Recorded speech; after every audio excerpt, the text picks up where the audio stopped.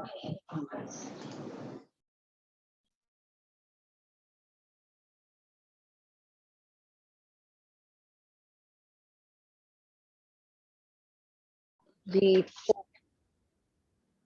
full board meeting. Welcome to the June meeting of the full board of Manhattan Community Board 11. My name is Nilsa Orama, and I'm the chair of CB11. This meeting is called to order at 6:34 p.m. Today, we are joined by District Manager Angel Muscane, Assistant District Manager Carly Wine, and Community Associate Marlene Pierre. In order to conduct an efficient meeting, let's observe a few ground rules. No one may speak until granted the floor. CB11 members, if you have a question about board business or wish to make a motion, please raise your hand through Zoom. If you click the participants icon, the participants panel should appear and you should find the raise hand function there.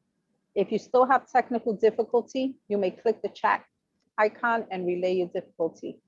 Members should not engage in a back and forth discussion in the chat. The chair will recognize the next person to speak. The chat function should not be used for CB11 business or questions about agenda topics. All such remarks should be made on the record by raising your hand through Zoom. Chat should only be used to alert us to any technical difficulties you are having or to state in writing information, like an email address that was already stated aloud on the record during the meeting. When a member is given the floor to speak, the chair will identify you. Then you can unmute yourself to speak. Please keep your questions and comments succinct and germane to the discussion.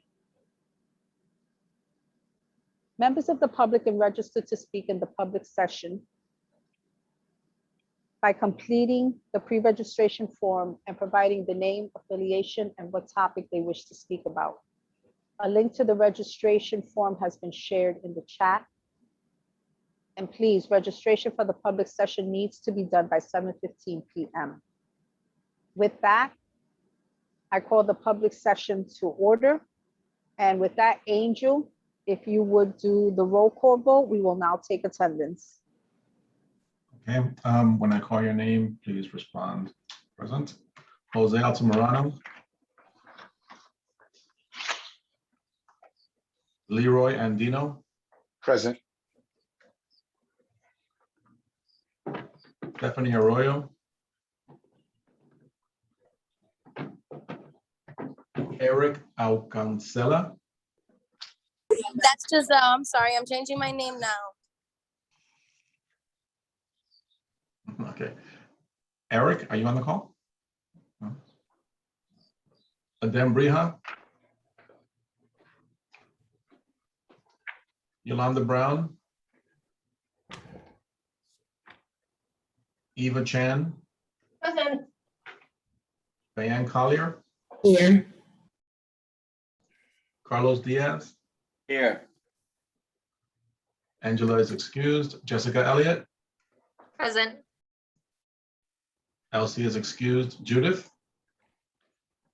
Angel, I am here.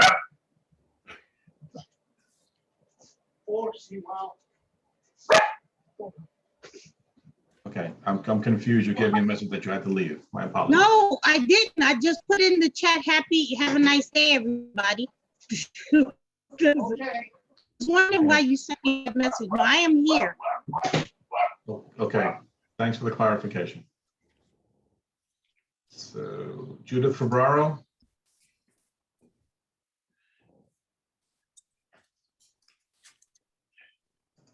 Raja Flores.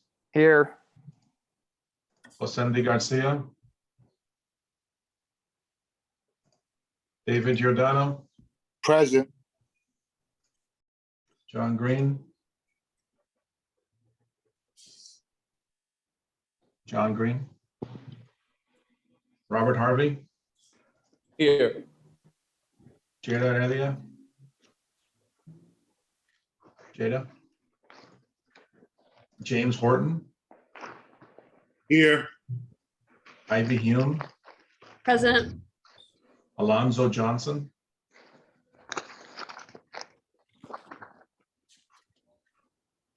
Robin Krinsky, Here. Marissa Mack, Giselle Malave,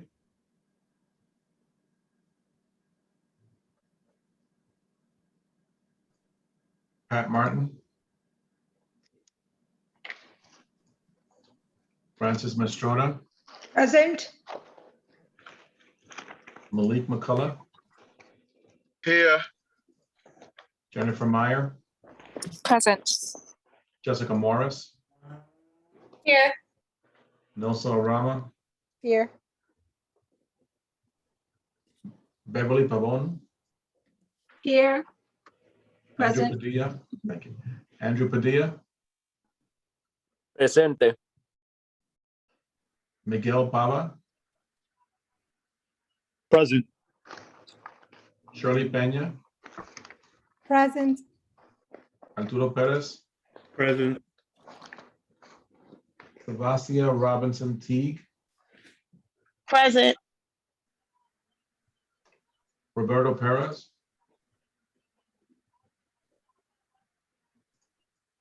Natasha Rodriguez, Present. Dawn Sanders, Xavier Santiago, Present. Isaac Scott, Russell Schuler, Present. Vinnie Torres, Jason Villanueva, Presente. Nye Whitaker, Present. Michelle Wiltshire Clement, Jordan Wright, Present. Jason Wu.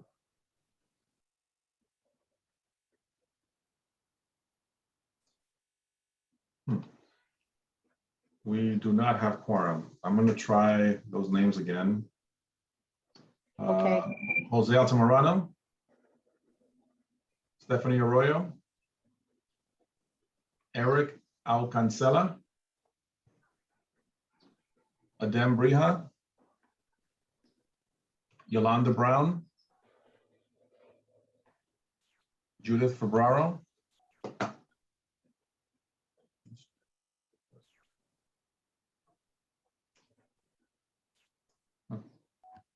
Josendi Garcia,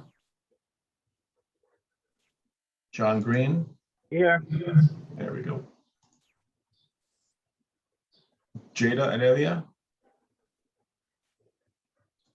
Alonzo Johnson, Marissa Mack,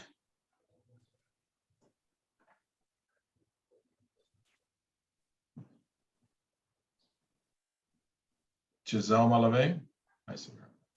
Here. Pat Martin,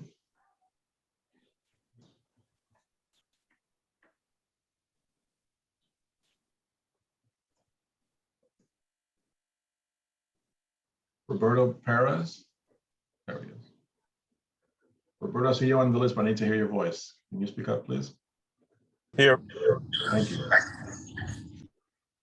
Dawn Sanders,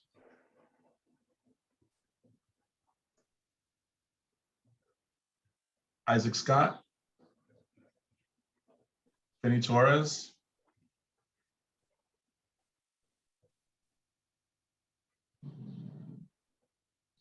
Michelle Wiltshire Clement, and Jason Wu. Judith, I do see you on the list. Can you unmute?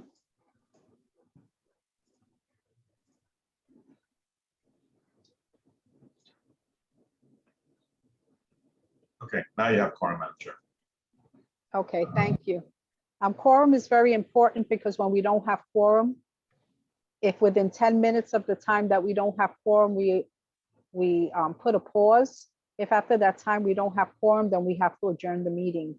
And that means that the work of the community does not happen. So I want to thank all the board members who are here and those who joined so that we are allowed to move forward in this meeting. Okay, with that said, We're going to move to adopt the agenda. The agenda for tonight's meeting was distributed ahead of time by the board office and was posted online. If there is no objection, we will adopt the agenda as stated.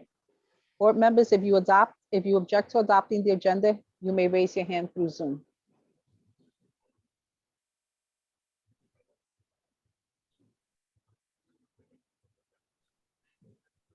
Okay, seeing no objection, we will move forward with the agenda as being adopted for tonight's meeting. We are gonna now move to section C, the pre-registered speakers. You will be allowed 3 minutes each for your presentation. A few ground rules for those wishing to speak. You must sign up to give testimony, providing your name and affiliation.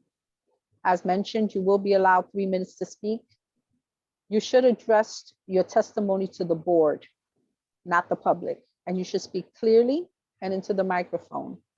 You should be prepared to respond to board members who may ask questions in order to clarify facts and opinions presented in your comments.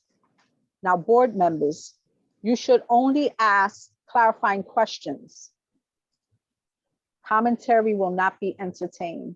This is a learning section for the board and to document community concerns and listen to the pre-registered speaker. Angel, has anyone signed up to speak in the public session?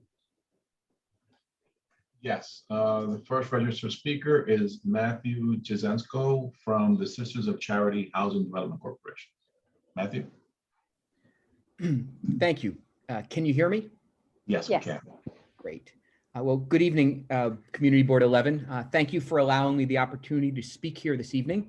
As Angel mentioned, my name is Matthew Janesco, and I'm the Executive Director and CEO of the Sisters of Charity Housing Development Corporation.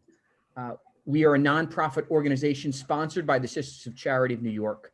You may be more familiar with other organizations that were founded by the Sisters, such as the Foundling Hospital, which has a location in East Harlem, and St. Joseph's Hospital in Yonkers.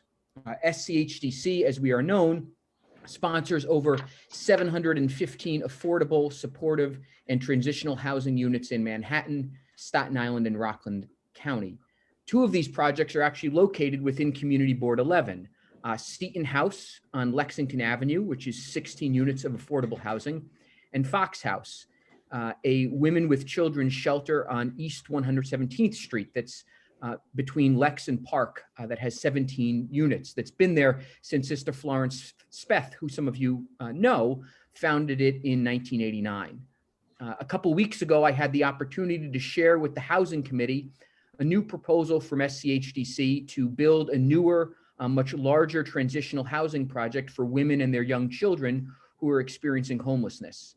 This project would be built and operated in conjunction with the Department of Homeless Services, but other than providing both housing and supportive services for those who do not have a place to live, it would look, function, and exist as a typical apartment building. We're not in the business of building homeless shelters. We're in the business and the mission of building places for people to live that they can call home. And so we proposed to acquire a vacant lot within Community Board 11 and to build a new series of 1, 2, and 3 bedroom apartments that will specifically house those women and children experiencing homelessness. While open to residents from the whole city, we have made clear to the Department of Homeless Services that there should be a specific percentage of units reserved for East Harlem residents. There's no reason why someone who lives in East Harlem and is experiencing homelessness should need to trek across the city and uproot their whole life at an already traumatic time. I can think of few more humiliating situations than a mother being forced to take her children and worldly possessions to a PATH center and declare herself and her children homeless. The sad truth that you all know is that the city does not currently have enough affordable housing for its residents. And what's more, the mechanisms by which affordable housing is built in New York City is slow and unwieldy. Affordable housing is the primary goal of my organization. However, I'm constantly haunted after visiting Fox House by the question, if there's not enough affordable housing now, where do women and their children who are 5 and 6 and 7 years old go in the meantime? They have no place. And so I'm grateful for your time here this evening. And I ask for you to ratify the unanimous support that has already been provided to this project by the Housing Committee, who at their meeting voted to approve my proposal. Thank you and have a good night. I hope that your families are safe and healthy as the city gets back to something akin to normal. Thank you. Thank you so much. I'm just trying to see the participants. Okay. Are there any questions at the present time from Mr. Janeco? There are no hands up, Melissa. Okay, thank you very much. With that, I will go. Angel, can we have the next Sure. speaker? Mhm. The next speaker is Noel Alicea from Metropolitan Hospital. Good evening, everyone. Thanks for this time. My name is Noel Alicea from Metropolitan Hospital, your local community public hospital. A few quick updates. We are now offering the Johnson & Johnson vaccine for patients, staff, and community members. This is the 1-dose shot.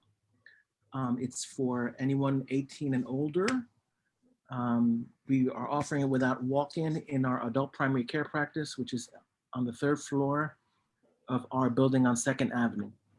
And that's from 9 a.m. to 3 p.m. We continue to offer Pfizer vaccine for anyone 12 and up in our vaccine center, and that's 7 days a week.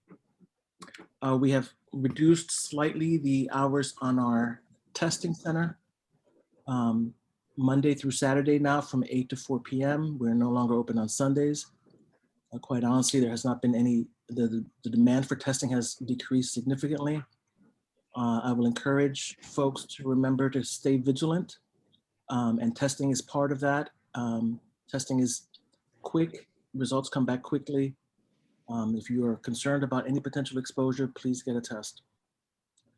I want to thank the chair and staff from the community board for joining us at our community celebration last week. We have a temporary exhibit of artwork, of posters of the permanent collection from El Museo del Barrio.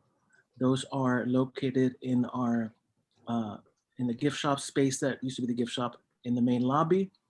The museum also donated artwork that's going to go into our emergency department, as well as our staff respite center. So thank you for that. The farmers market that is run by Harvest Home is returning.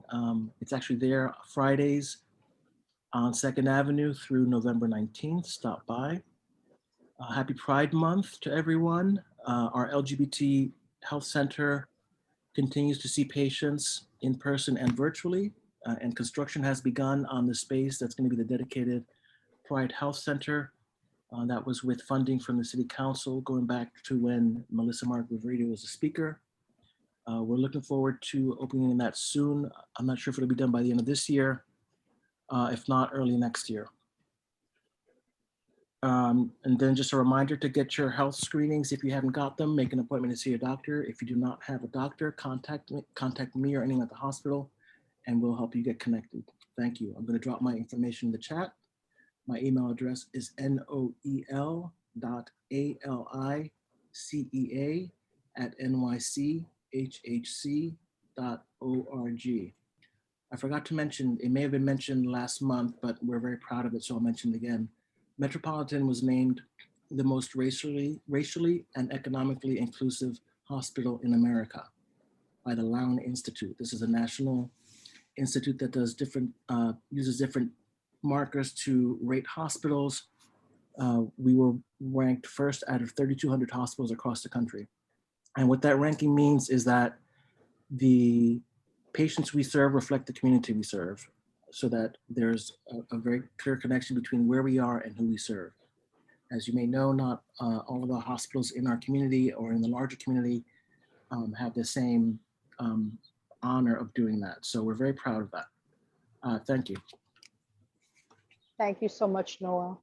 It was a pleasure for me to attend and for Angel and Carly, which obviously can speak for themselves, but We were really happy and pleased to see the partnership between Metropolitan and El Museo, and the fact that El Museo is temporarily allowing different departments in Metropolitan to house their work, especially work that represents the community and has local artists, and helps bring a different viewpoint to the hospital setting. As we discussed during that time, mental health and visual beauty is just as important as the physical care of our patients. So I want to thank you and your new CEO, Christina, for the hard work that you've been doing and in building further collaborations. Thank you so much. Nai, do you have a question for Noel? Yes, thank you, Madam Chair. Noel, you may have said this, but my sound went out for a little bit. I know that there's a food distribution on June 7th. Did you talk about that already? Thanks for the reminder. I have it on my notes and didn't mention it. We're doing a food box distribution on Thursday from 10 to 2 on 2nd Avenue outside of the hospital. That's this Thursday, June 17th. And that's open to anyone in the community. I will put that also in the chat. Thanks. Thank you, Noel. Thank you, Madam Chair. Thank you, Nai. Are there any other questions for Noel? Seeing no questions, thank you again, Noel. Angel, can you move to the next speaker? Sure. We don't have any more public speakers. The remainder are elected official representatives. So I will move on to them. I will just ask, because there's something that I don't recognize, if you could just please raise your hand so I make sure not to skip you. I will start with Council Member Diana Ayala. Give me a second, Diana. I'm going to promote you. Either Diana or her rep.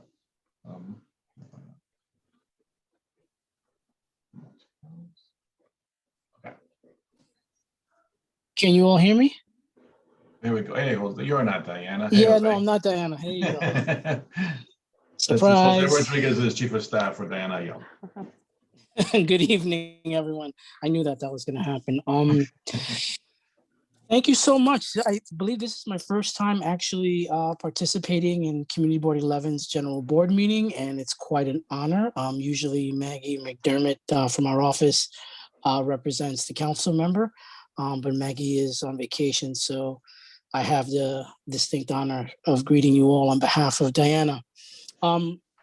Briefly, I just want to thank everyone. I want to thank every member of this community board and every member of this community. It's been quite a difficult year, as as we all know, and we've had to deal with so much, and COVID has taken a toll on all of us. And now that things are starting to sort of ease and restrictions are being lifted, hopefully we come to a sense of normalcy as we move forward.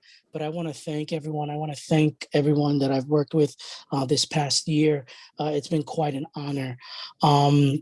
Over this last year, the council member, in conjunction with the Manhattan Borough President and EDC, were able to, through the sale of the Pathmark supermarket, was able to tap into community funds and provide small business grants to small businesses out throughout East Harlem.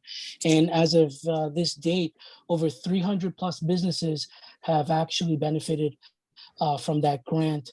And there's still some funding that is left over. And right now we are working with Union Settlement and EDC.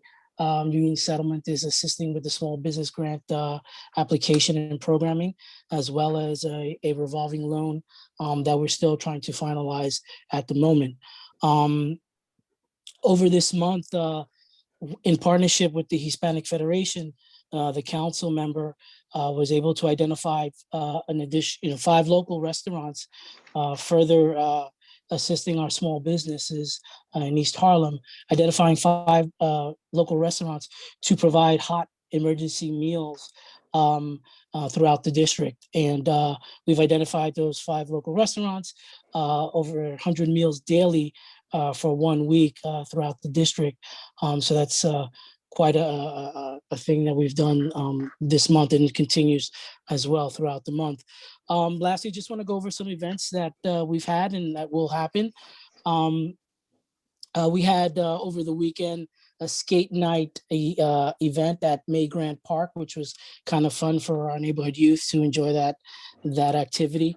In addition to that, we've had movie nights at Penamunit Park. This Thursday, we will have a movie night at Jefferson Park. That'll start at 8:30. So that'll be nice for folks to participate in. Going back to emergency food, we're actually doing a food distribution at Franklin Plaza this Wednesday as well. Future events, we are planning a Pride event for the 25th of June. That will take place at La Marqueta at Lot 1, which will be nice. And speaking of La Marqueta, we kicked off last Saturday, Salsa Saturdays at La Marqueta. And what a great time. And we kicked it off in celebration of Puerto Rican Pride for the Puerto Rican Pride weekend that just took place. Today, I should mention that we also had, in celebration of Father's Day, we celebrated our older adults at Wagner Houses, and we had a nice outdoor luncheon with music, good company, and good time. Lastly, I want to mention that as this Thursday, we are having a march, anti-violence awareness march, partnering with Go So Save. And we'll be doing that this Thursday it'll kick off and commence at our office around 3 o'clock. And as always, our office has been open throughout the pandemic, and we're there available to you all. Also, we are processing the ERAP applications for those individuals who have experienced hardships in making and paying their rent. Our office is assisting in processing the emergency rental assistance program, as well as partnering with other community-based organizations, such as the Catholic Charities, to process these applications on behalf of residents who've experiencing difficulty. And on that note, I conclude, and I want to thank you for this opportunity. Thank you so much, Jose. Are there any questions for Jose? Jason, you have your hand up?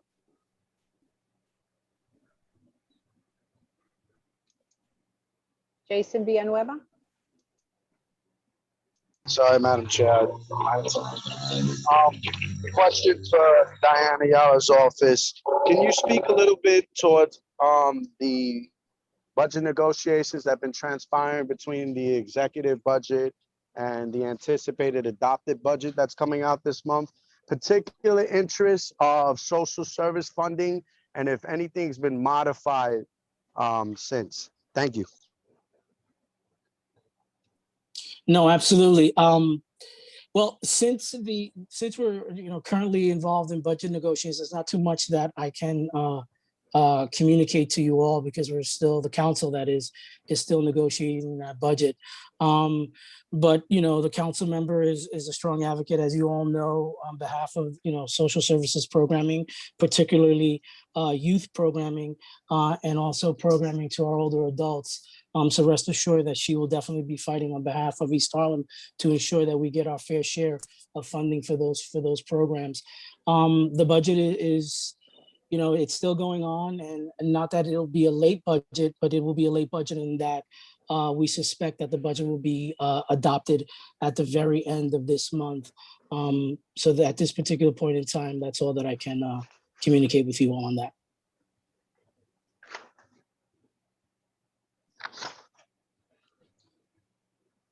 Beverly Pabon? Yes, good evening, everyone. From your office, can you tell me what are your office hours regarding the ERAP assistance? Absolutely. We're open Monday through Friday, 9 to 5. With respect to the ERAP, I suggest that if folks can, please call the office ahead of time. This way we can properly communicate, because there are certain documentation that one needs to have in order for us to facilitate the application. It would just help for the individual to know that ahead of time. And then what we would then do is schedule an appointment for the individual to come in and have assistance with respect to filling out the application. While the application itself is not a difficult application, but it is a very tedious and it is a process, and it does take some time, anywhere between an hour to an hour and a half, in some cases 2 hours, and that all depends on the information that the individual has readily available to them. Thank you. Are there any more questions for Jose? I see no questions. Thank you, Jose, and we will move on to the next speaker. Angel? Thank you so much. You're welcome. Jose. The next speaker is Councilmember Ben Kalos. Thank you, Angel. Thank you to Chair Nilsa Orama. I'm Councilmember Ben Kalos, and we're continuing to fight in this year's budget. One of the things that's been highlighted for me by CB11 is sanitation funding. And so we've got Wilfredo here, and he is with you fighting every step of the way to make sure that East Harlem gets their proportional garbage pickup. We worked with you to send a letter, and they said, well, the Upper East Side gets 3 times more trash pickup because there's twice as much residents, but that doesn't make sense. If we've got twice as many residents, then we should only get twice as much garbage pickup, not 3 times as much. So that's something that needs to be fixed. You need the garbage pickup. Anything else is nothing more than the systemic racism at every level of government.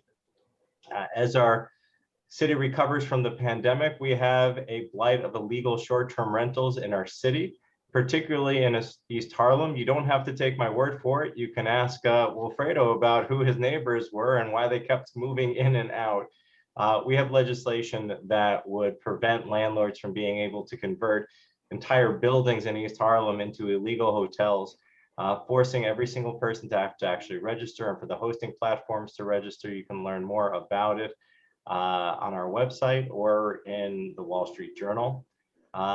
New York City is one of the most diverse cities in the world, and it's no place to hate. And so we're continuing to stand up to hate crimes we're seeing, whether it's attacks against members of the AAPI community or the Jewish community that we've been reporting seeing around the city. We're here to support you.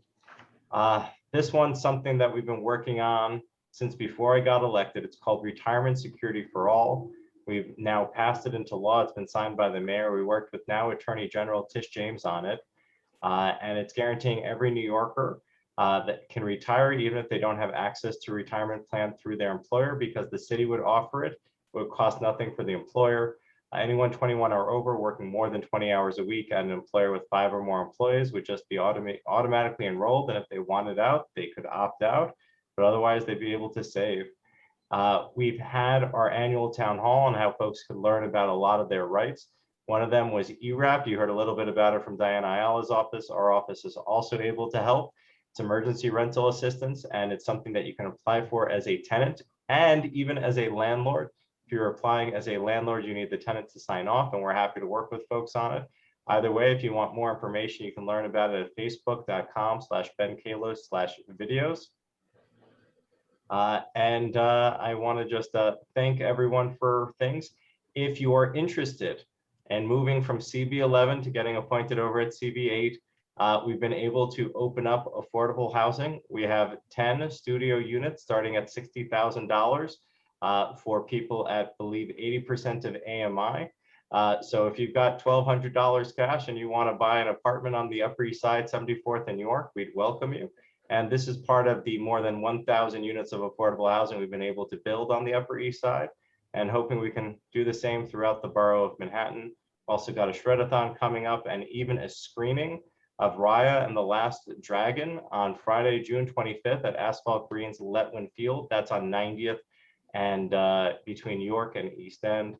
And I think just other news along the Esplanade, we've added another $80 million, which I think brings our grand total of past $500 million closer to either 2/3 or 3/4 billion dollars to rebuild the Esplanade, with the majority of it going to East Harlem where it should be. And I just hope that we can work with the local elected officials to get the shovels in the ground ASAP. Thank you so much, Ben.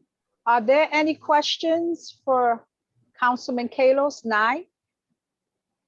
Thank you, Madam Chair. Hello, Brother Ben. How are you? Good, great. Long time no see. I miss I you. know, and I thank you for all your work. You have one of the smallest parts of our district, but I love your passion and your commitment to CB11. I was just hoping you could give us an update on the new shelter that came into the Upper East Side, which I know that you were a champion for, and that you were a champion for making sure that we have a fair distribution of shelters across our city and take care of those who are housing insecure. So if you don't mind giving us an update, I'd appreciate it. Leadership matters. And as somebody who is proud to represent East Harlem, we can't just, the city can't keep shoving anything anyone else doesn't want into East Harlem, when whether it's shelters or methadone clinics, it needs to end. On the Upper East Side, I have a task force, the East Side Task Force for Homeless Outreach and Services, where we work very closely with Gail Brewer. I know we have Isabella Abreu on this call. She is a key partner there. And the goal is to build more services on the Upper East Side to do our fair share. We already have shelters in the neighborhood, one on Park Avenue, others on 96, others in the 80s, but we wanted to do more. We opened up supportive housing across the street from where I live. This is at 91st, between 1st and York, about 2 blocks from where I live. It's an 80-bed safe haven shelter. And it's going to be really useful for a lot of the panhandlers and chronically homeless people we see in the 80s and the 90s and even in the hundreds, where we're going to be able to say to them, hey, if you need a place to sleep tonight, you can get off the street, you can come here, especially with the Q train terminating at 96th Street. And second, we've been attracting folks. So this would be a great thing. We worked with CB8. We got a 48-1-0 resolution in support. We've never seen anything like it, and that's what leadership looks like. So the community board's moving full force with it. The community advisory councils have already been set up. We have a lot of support from neighboring institutions and neighboring buildings. And yeah, this is very different than what we saw on the west side and other parts of the city. So that's moving forward. It's going to open up in 2022, and I'm only sorry I can't open it sooner. Thank you so much for that update. And again, thank you for your partnership. My pleasure. We're gonna miss you when your year is up. I hope not to go too far. Amen. Thank you, Nye. Thank you, Ben. Are there any more questions? There was a question in the chat about, there's a bunch of questions in the chat. You can go to benkalos.com/events. We're having an information session tomorrow night, June 16th on 6 p.m. on the homeownership opportunity at 1402 York Avenue, where you can see what the apartments look like and see how to apply. Thank you, Ben. And thank you for your work in our regards to our community and your community as well. I know you're one of the hardest working council people that I know. And so I want to thank you for that. Are there any more questions for Councilman Kalos? I see none. So with that, thank you, Ben. And we will move on to the next speaker, Angel. Nina Norwood with Assemblymember Dickens' office. Thank you. Yes, hello, everyone. Can you hear me? Yes. Perfect. Thank you. Thank you so much for that introduction, Mr. Misgain. Thank you very much to Community Board 11 for allowing me to speak this evening. I'll keep it brief. I have 2 pieces of legislation that I would like to speak on this evening that the Assembly member has been directly involved in. One particular piece of legislation, which I think is the very first one that very much important needs to be highlighted, is actually of Assembly Speaker Carl E. Hasty's office, which the Assembly passed legislation to support gun violence across the state of New York. And the Assembly member was very much a big advocate in that area, and she co-sponsored many of those pieces of legislation that is going to go a long way with the ongoing fight to end gun violence throughout the city. So if anyone would like to read the piece of legislation in its entirety, please, by all means, go onto the Assembly's website. You go to the Speaker's Press, and it's the news released Assembly Speaker Carl E. Hasty for immediate release as of June 9th, 2021. So we're very proud to be able to know that the Speaker and other Assembly members, including Assembly Member Dickens, have been very much working hard within that area. So the last piece of legislation is directly introduced by Assembly Member Dickens, and that is Bill number A3909, which the Assembly member introduced, which will go towards helping businesses that require a liquor license to operate. And the bill in its brief is to allow for a business that requires, as I said, a liquor license to operate. Once they put in an application and they have been approved through the normal channel of getting approval for the liquor license, will be issued a temporary license while they wait for their permanent license to come, requiring them to continue to operate and generate funds for their business. The Assembly member worked very hard on this bill, got a lot of support from other Assembly members within the chamber. And so we finally got it passed as one of the very last pieces of legislation to get passed before the conclusion of session as of June 10th, Thursday, that just passed. So we're very proud of that. As I said, the Assembly member worked very, very hard on that. So what we're planning on doing is having an event to showcase that piece of legislation, where we would like the governor to be there physically to sign the bill in person. And when we do finalize the plans and everything we're going to do for that particular event, we have no problem with making sure that Community Board 11 gets all the information for that. So I thank you very much for your time this evening. And unless anyone has any questions, that's the conclusion of my report. Thank you. Thank you, Ms. Norwood, and welcome. Are there any questions for Ms. Norwood? Well, you got off lucky, Ms. Norwood. I don't see any questions for you. Thank you. Thank you so much. I was ready either way, but thank you. Well, that's good. We're going to work up some questions for you for the next report. Thank you so much. Absolutely. Angel. Next speaker, please. Sure. The next rep is Suad Hassan from Senator Serrano's office. Hi, everyone. Suad Hassan from Senator Serrano's office. Last week, the New York State Legislature concluded its legislative session for the year. Some big items were improvements to elections, number of early sites that are now required, requiring Board of Elections to tabulate the absentee ballots earlier, allowing the state to finance the purchase and conversion of distressed hotels and vacant commercial office space into permanent affordable housing by nonprofit organizations. The Less is More Act, ensuring that New Yorkers who are out on parole aren't necessarily sent back to jail because of technical violations. Further measures to prevent gun violence, a package of legislation to support New Yorkers with disabilities.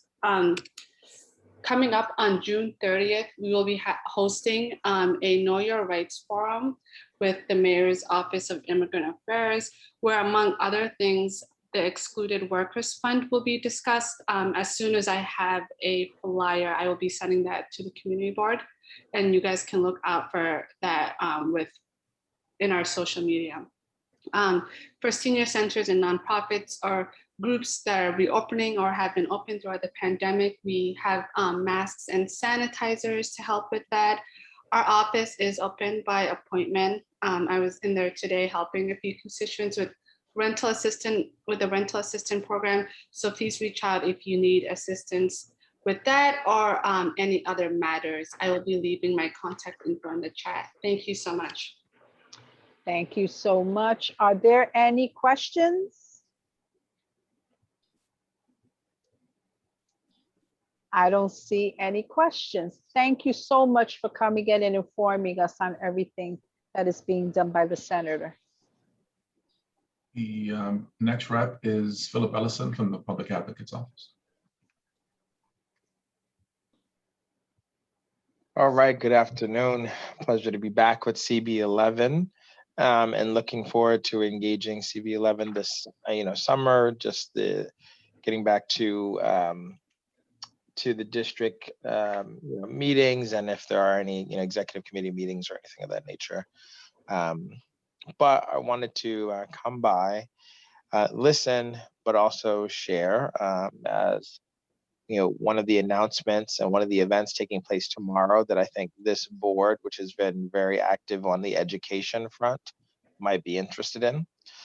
So the Public Advocates Office, in partnership with the Healing Centered Schools Working Group, right, we announced, not too long ago, our collaboration to do a task force this summer, looking at, really at how do we bring healing centered change to our individual schools and the system. It doesn't happen overnight. It's a process that requires supportive training for staff on healing centered practices, community-driven feedback and planning processes, and implementing individualized healing-centered plans in each school. There's been so much trauma over the number of years that students have dealt with, but of course, in this pandemic, coming with the trauma of the remote learning and so forth, that and this divide that we faced, that we really need to accelerate healing-centered change. And this healing-centered group is a collection of students, teachers, like counseling advocates, parent advocates. It's really an intergenerational cross-section of community members who believe in a healing-centered practice, and that we need to implement that in our schools. I just wanted to give a couple of the goals of that is to review the roadmap of recommendations to study trauma and responsive healing centered approaches to assess the nature and scope of trauma that has impacted school communities prior and during the pandemic. We're in the middle of our borough-based town halls.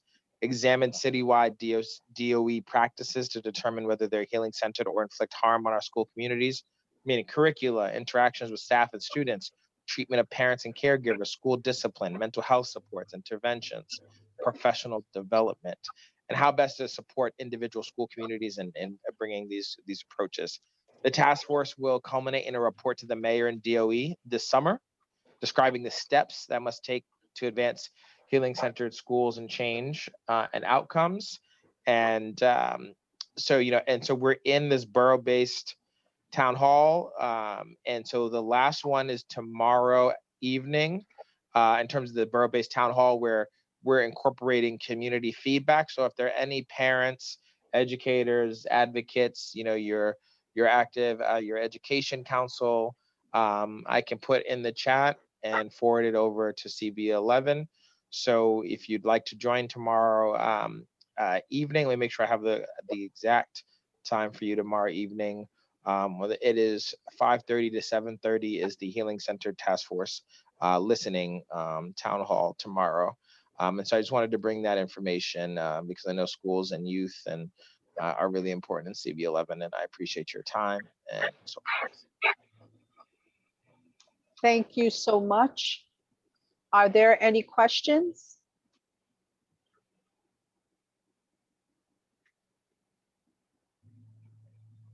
I see no questions. Thank you so much. Please drop that information in the chat so that anyone who would like to attend your forum, they will know where to log on. Thank you. Angel? I believe that was the last one, unless someone wants to raise their hand. That April Adams was on from the Borough President's Office. Okay. I'm not sure if even the reporter just holding the place until Gail comes. So we shall ask.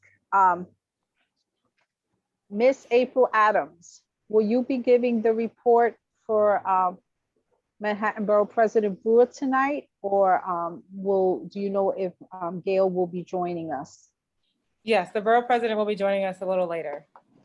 Okay, all right. So do you have anything you want to discuss right now? If not, then when Gail joins the meeting, then we will give her the opportunity to speak. Nope, I leave it all to Gail, but thank you though. Thank you, April. You're too funny. With that, okay. So we will give the Manhattan Borough President an opportunity to give her report when she logs on. With that said, I want to thank the board. I want to thank the public, the board, and the witnesses for attending this meeting. And now we're going to move to the business session of the meeting.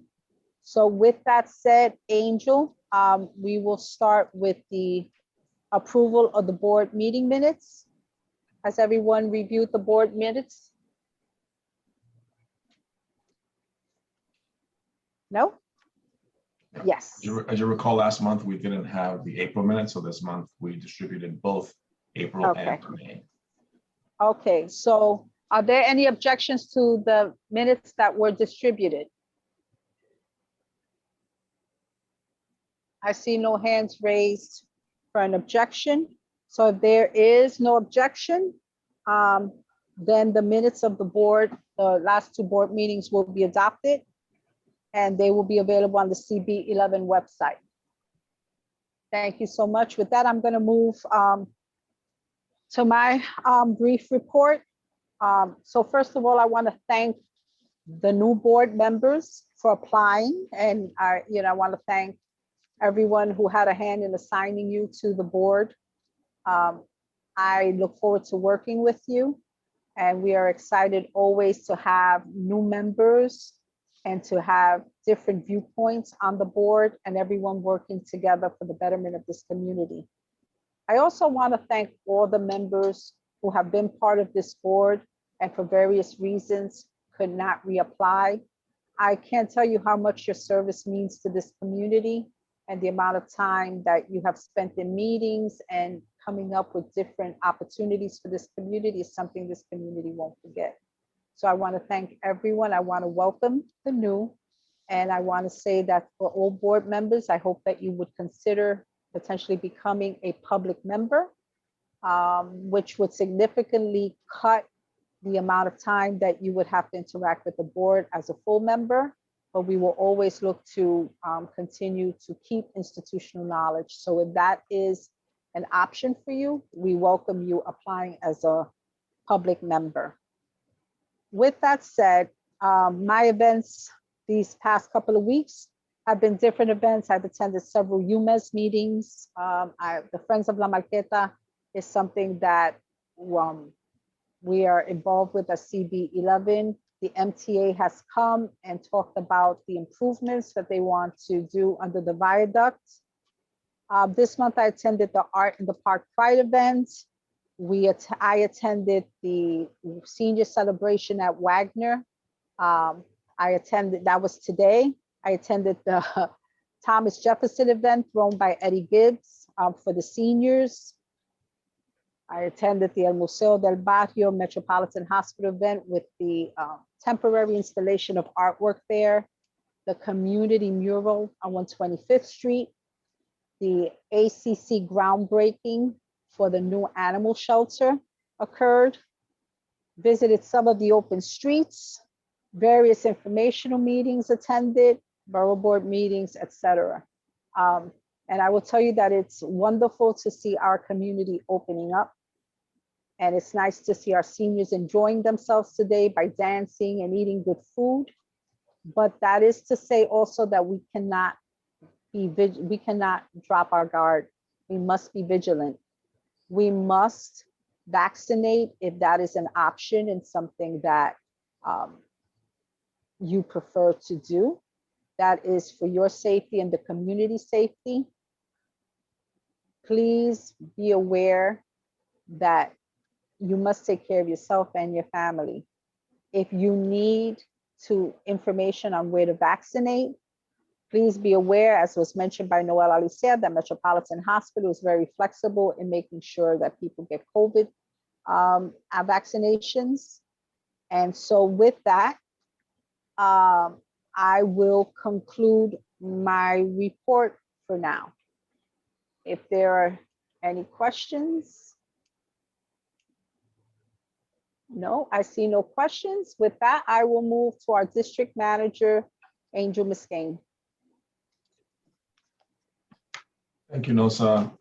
My report was distributed earlier for everyone's consideration, but I did also want to join Nosa in recognizing our, 12 new board members. The last two classes have been massive. So we're looking forward very much to getting to know and working with all of you. As you know, we've extended the hand a number of times via email. Please don't be shy. You're not required to reach out to us, but know that if you need any assistance, we're more than happy to help. be it the leadership or the staff. I also want to join Nilsa in recognizing the members that have recently left board service for a number of different reasons. In particular, at least, really special to me during my time working for the community board are, Celia Ramirez, who was always very kind to me and always very warm and supportive from the time that I started with the board, and especially the immortal Joseph Goldblum, who is, the mentor to all the mentors and an uber resource to all folks that do this community-based work. For those of you that don't know Joe, he was on the board for upwards of 20 some odd years, if not more. The records don't even go back that far. In the community board office, it was hard for us to confirm, but he's been in public service in the city for over 45 years. And, for those of us that, had the pleasure of knowing him and working with him, an absolutely just lovely guy. And, very down to earth and always with his ear to the pavement as to what's going on in the community, always representing and keeping us, on our toes and to ensure that we're, doing our very best to represent folks in the community that need that voice, that helping hand, an absolute excellent example. And it was very much my honor to have worked with him. We are in the process of recruiting a number of our elected officials and getting, some, proclamations and commemorations for Joe. So hopefully we'll get that all done by the July meeting. I kind of dropped the ball in scheduling, but it is all in the process. He deserves absolutely nothing less. And also I wanted to remind all of our members that the community request form is open and has been distributed to all the board members. Please get that in so that we can handle all these assignments and before the summer really gets going. Then another thing that I wanted to mention is that we recently had the opportunity to visit the 1 East Harlem building that's currently under construction on 125th Street and 3rd Avenue. I'm sure you've seen it. That is part of a very, very long gestating project. It's been known by many names, but mostly as the East 125th Street Development Project, and it's a multi-block mixed income, mixed use project, massive scale project that has been, in the community boards, file cabinets for 15 years. We've been waiting for this thing to happen, and to see, it actually coming out of the ground and coming towards completion is something that I know that many board members are very glad to see, because they worked really, really hard on it way before I ever started working here. So Nilsa, Marlene from the staff, and I had the opportunity to tour the very raw commercial space, which will, very soon start to be fit out for a food bazaar. There is, a ton of other, ground floor retail space. There's also a large affordable space for a cultural operator that the developer is currently in negotiations with. So that's very exciting. And there will also be open space that was negotiated all those years ago and is very soon coming to fruition. So I did want to just, put that back on your radar. It's been so long that, it's easy to forget these things, but it's happening. And, all kudos to all the community board members, current and past, that worked so hard to ensure that the community had an opportunity to participate in that project and that was able to inform that project. And that concludes my report. Thank you, Angel. Are there any questions regarding Angel's report? I see none. With that, we're going to move to the officers' report. And I will call on our Vice Chair, Xavier Santiago, if he would like to make a report. Hi, everyone. I hope you're all doing well, and hopefully you can hear me. I apologize for not being on camera for the entire, as we say in my industry, run of show. But unfortunately, we had a bit of a flood event in our apartment. We're sorting that out right now. Events, many of the same ones you've heard from Nilsa. I was tagging along and we didn't get to meet up this time. We overlapped and we're texting, when are you getting there? When are you? Because we it's very important as community members. I cannot express, especially, and I'm going to speak directly to our new members. You can hear ad nauseum, welcome, welcome, welcome. The main thing what I want to express to you is that you extend as you're representing the voice of the people, that you say to the people you represent, welcome, welcome, welcome, come on, attend. It's very easy right now because it's virtual. Also too, when we do eventually return to being in person and have them come out, it will be a slow approach to the runway as we taxi and get there, but just be patient. I'm here. Yeah, I replied to email to all the new members. If you have questions, please send it. There's the only stupid question is the one that's not asked. So please send your questions. We're here to make your job easier. With that, 125th Street mural, shout out to some of our fellow board members like Jessica Morris, who looked at me and said, "Why are you here?" And but I picked up a roller. We do the work together. Carrie King's been brilliant. We went over to 101 Street.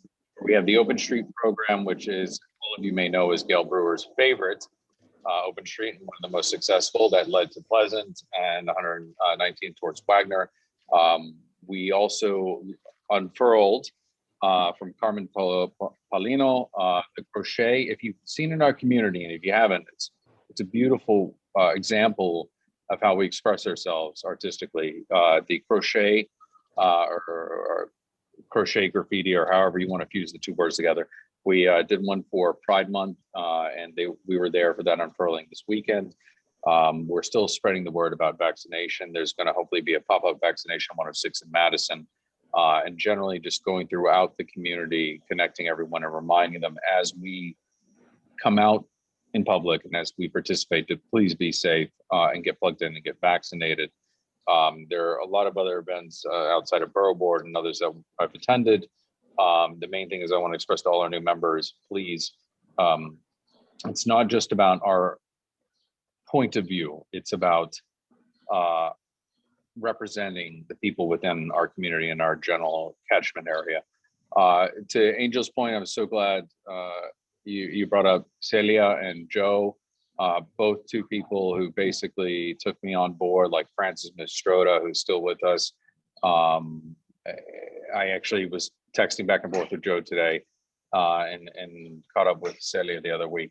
It's very important. There's so many people who have this institutional knowledge. Plug into it, glean all you can, and continue representing and being that change. With that, I'm sure I'll have other news to update on. There's so much. Also, the other thing too, I did catch the tail end of the Puerto Rican Day Parade virtual filming that was done. It wasn't widely announced or shared, but I did pop by despite having a broken ankle. So they all couldn't figure out why I was there when I should be resting, but that's why we do the work. We love this community. Can't wait to see you all in person. Thank you, Nilsa, Angel, all the staff, and all of you for being here. And please stay safe. And I'm here if you have any questions. Thank you so much, Xavier. Are there any questions for Xavier? Okay. Thank you. With that, yeah, and sorry, Madam Chair, I do want to give a shout out to Marissa and Eva, who were also at the painting on 125th. They were there. I like to acknowledge people who were all there. So sorry. Thank you. No problem. We always acknowledge, or we try to acknowledge people who are at our events, but I like to do the flip. I like to encourage us whenever we can, for those who can't make events right now, to look at the CB11 calendar and to look at our agendas when we approve items and make notations of events that may suit your interests. And please come out and support the community. With that, I'm going to ask if our treasurer would like to make a report. If not, then I will move forward from this section. Jason, do you have a report at all or no? No, Madam Chair. Okay, thank you so much. That was the voice of our treasurer, Jason Villanueva, which you will get to know, new members will get to know as your term goes on. Thank you so much, Jason. With that, we're going to move to section E, committee reports and action items. Okay, so the first one we're going to start with is housing.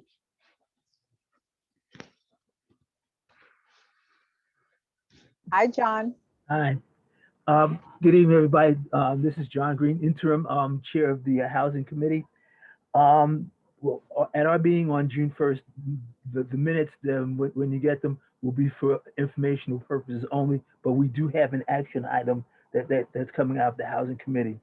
There is a letter of approval for, excuse me, the Sisters of Charity Housing Development Corporation to develop a transitional facility which would house women with their young children through a contract with the New York City Department of Homeless Services. I believe that a motion was made and it was approved. So we would appreciate the board's support on this. Other than that, that is it for our committee for this month, and hopefully I'll see all of you soon. Thank you, John. So as John mentioned, the Housing Committee had a recommendation. They voted to issue a letter of support for the Sisters of Charity Housing Development Corporation to develop a transitional facility which would house women with their young children through a contract with the New York City Department of Homeless Services. As you are aware, during our public session, it was discussed by Matthew that he mentioned the reasons why and the importance of this project.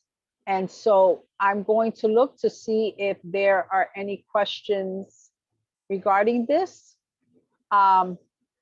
So first, I'm going to take a motion regarding the committee's recommendation, and then I will take a second, and then I will open it up to questions. So is there a motion to support the letter of support for the Sisters of Charity Housing Development as pushed forth by the Housing Committee? If there is, please raise your hand. Are the hands in the chat for support? Nye Whitaker? I would like to make a motion to support the recommendation of the Housing Committee regarding the Sisters of Charity Housing Development's request. Okay. Michelle Wilshire-Clement? I would like to second that motion. Thank you so much. With that, I will open the item up for discussion. Let's see. Diane Collier, you have your hand up? Yes, thank you. I have several questions. And I think I heard John said he will send the minutes out later. So I'm not going to ask as many as I thought I was, but John, is this an expansion in place, or are they looking for a location? Well, they have a location in mind. It's near the building that's on, I believe, 117th Street, I believe.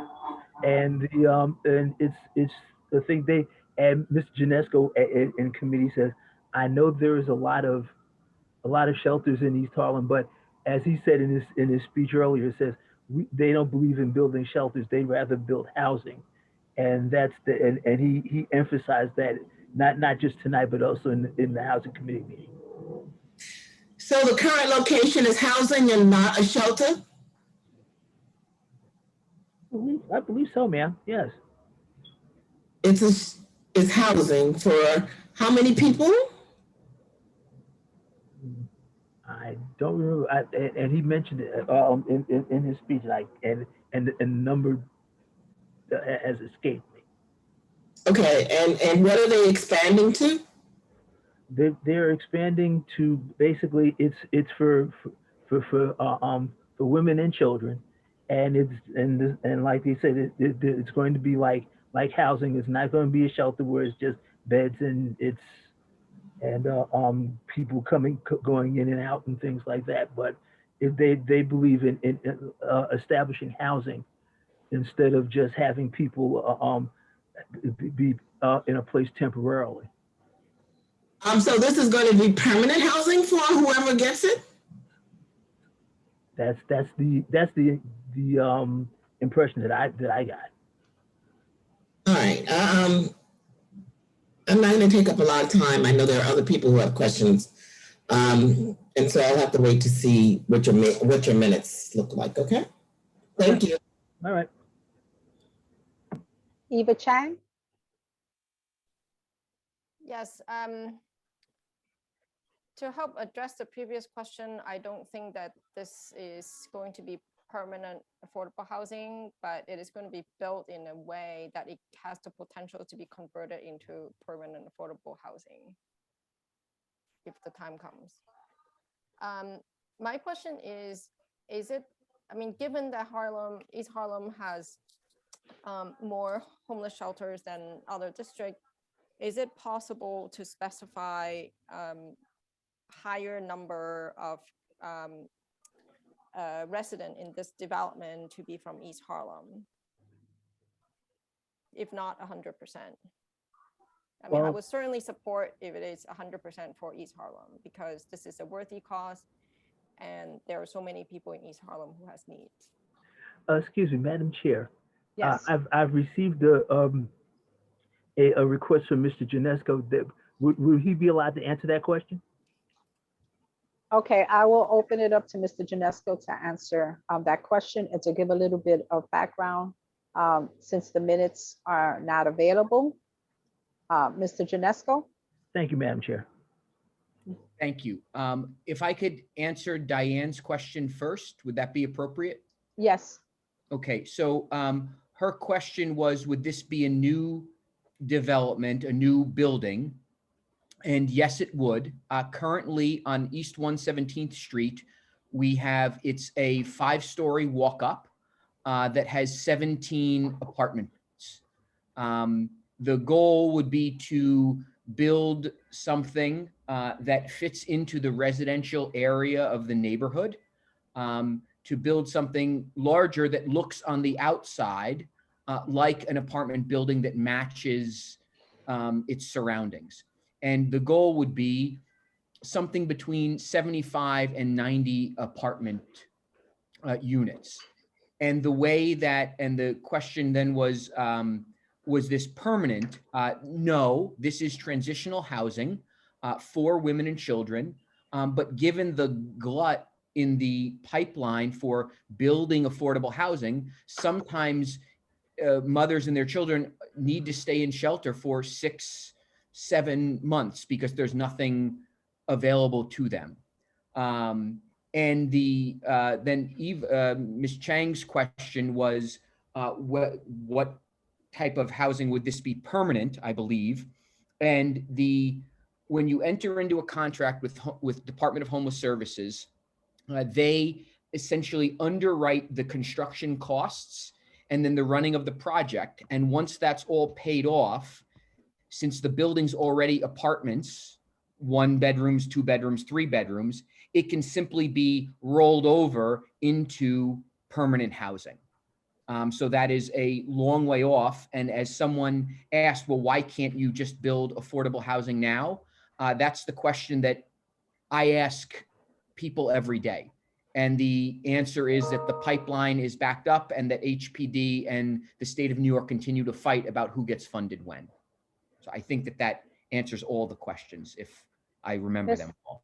Mr. Janesco, Ms. Chan, if I remember correctly, and Eva, correct me if I'm wrong, also asked if there was a way to earmark this development for East Harlem families, whether it was a certain amount or 100%. Eva, am I correct in you asking that question? I believe. Okay. If you can just speak to that, Mr. Janesco, as best as you can, so that our board members can understand. Sure. We have made clear from the very beginning in our conversations with DHS that there needs to be a proportion of rooms set aside for East Harlem residents. And they have indicated they have made such agreements before. However, until we have approval and actually have drawings, they're not willing to commit a certain percentage or a certain amount. However, it's my opinion that I wouldn't move forward if they didn't give some type of East Harlem allowance, because that's what I've promised you. And this isn't worth losing my word over. this is not right for me to lie to you. So there needs to be a set aside, one might call it, for East Harlem women and children. But if I gave you anything other in terms of specifics, I'd be creating or wishing, and that is not an appropriate thing to do in this setting because it's not the truth. Thank you, Mr. Janesco. Please stay on. I'm going to select some other questions. And then based on whatever questions they ask, I may have one of my own. But Nye, you have your hand up? Thank you, Madam Chair. And thank you, Matthew. I just wanted to make sure that we were intentional as we move forward to the resolution that we passed through Health and Human Services of making sure that we are supporting the organizations that have been longstanding partners here in East Harlem. I'm sorry, the children are playing in the hallway of my building. Sorry, it's so noisy. And this, to me, is one of those situations. The Sisters of Charity have been in our community for many years. They run pantries. They help with our immigration services. They are educators at our schools. I was taught by many of them here in the community. They live in the community, and they are part of the fabric and foundation of East Harlem. So I just want us to keep that in mind, that this is an organization that this community board has worked with over many, many years. And as Matthew has stated, they are not in the business of just building shelters. They are in the business of helping families become stable who are housing insecure and having them moved towards sustainable, loving homes and providing lots of other services that they need in the process to do so. So I just wanted to make sure for those who may be new board members or those who may not be familiar with the organization that we are keeping in mind and being intentional. This is not the only program that they run, and they have been longstanding members of our community, supporters of a community with actually a good standing of the centers and services that they run across East Harlem and really across the city. So just wanted to add that from the Health and Human Services side. Thank you, Madam Chair. Thank you, Nye. Jessica Morris?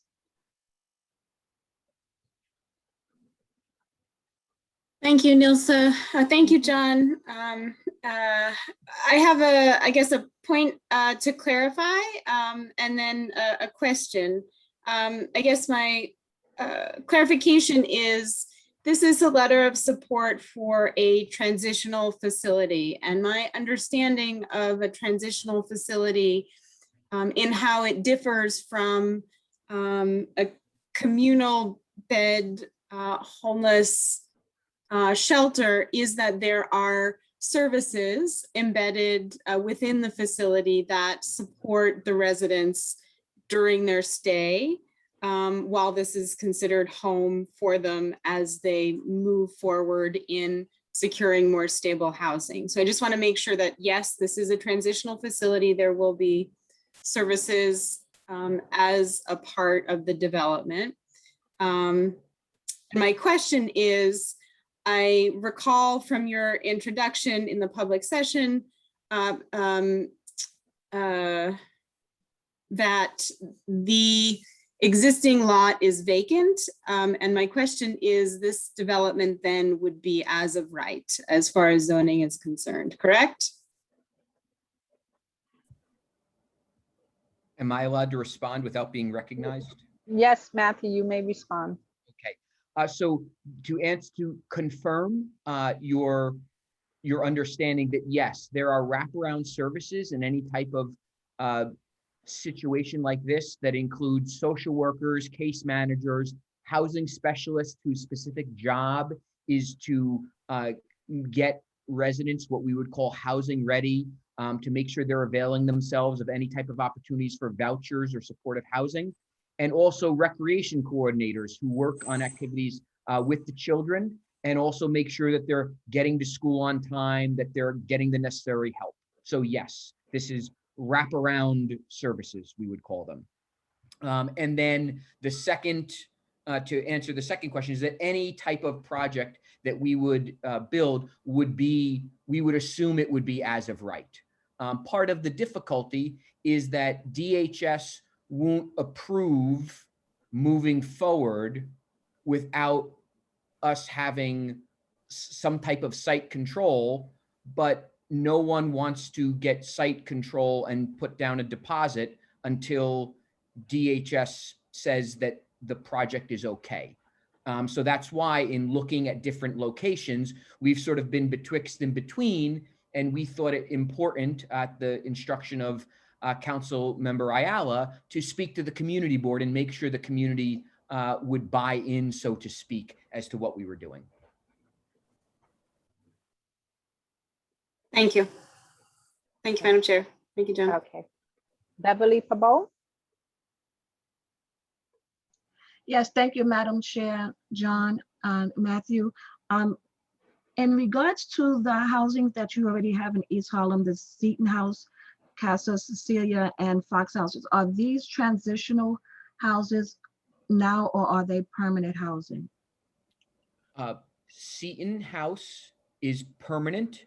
It was incorporated in 1991. I believe there are 16 or 17 units in a walk-up. It's on Lex at 121st. And then Casa Cecilia is also permanent housing, but that's over in Hamilton Heights, so on the almost on the west side. Fox House, as it's known, is transitional housing. That is in women with their children who are homeless, who live there until they can find, until we can identify and facilitate permanent housing for them. Okay, now, when you spoke about this new housing having 60 to 90 units, are these units rooms or are they apartments? They are apartments. So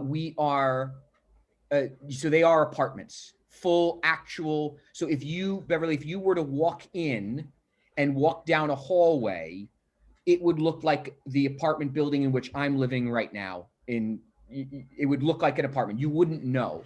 The reason you would know that it is not apartments per se, it's just the that you'd walk in and you'd see offices for social workers, and you'd have communal space, you'd have community space. But the apartments themselves will have kitchens, they will have bathrooms, they will have living rooms, they will be true apartments. Because the idea that people who don't have homes ought to live in military-style barracks is inhumane for anyone, especially women and their 3-year-old children. Okay, so the Fox House is transitional. Are you thinking about at any time turning that into affordable housing also? Like to swap out one for the other so we won't have an additional transitional shelter / facility within the East Harlem community? So I would like nothing more than to build affordable housing.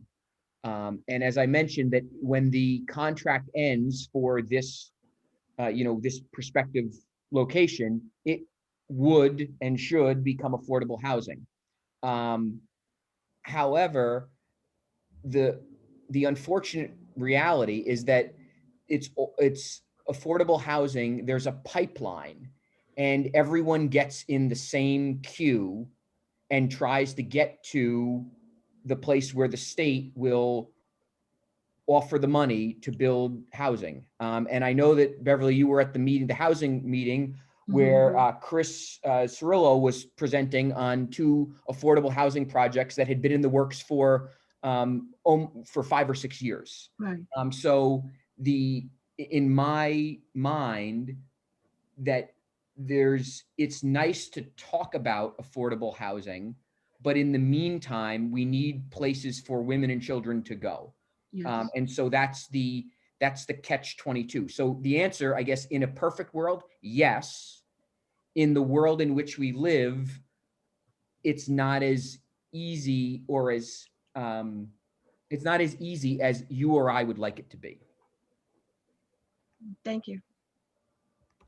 Okay, I see 3 more hands. Well, actually 2. So I'm going to call these last 2 questions. Oh, well, let me see that the hands disappear. Actually, the hands disappeared. Okay, so is there, oh, Eva, you have your hand up? Yeah, so one statement, one question. In support of Nye, I live next to Fox House. And I actually asked my block association. So we do think that they've been good neighbors. So in that sense, you know, we support their work. And just to reiterate, we just want to make sure that we're serving Harlem residents, and as much as possible, if we can also put in a condition for the units to be converted to affordable housing permanently in the long run. Thank you. Thank you. Are there any more questions? I don't see any more questions. Thank you, Mr. Janesco, for answering the questions that board members had. And with that, I'm going to move back to the item that we were in discussion.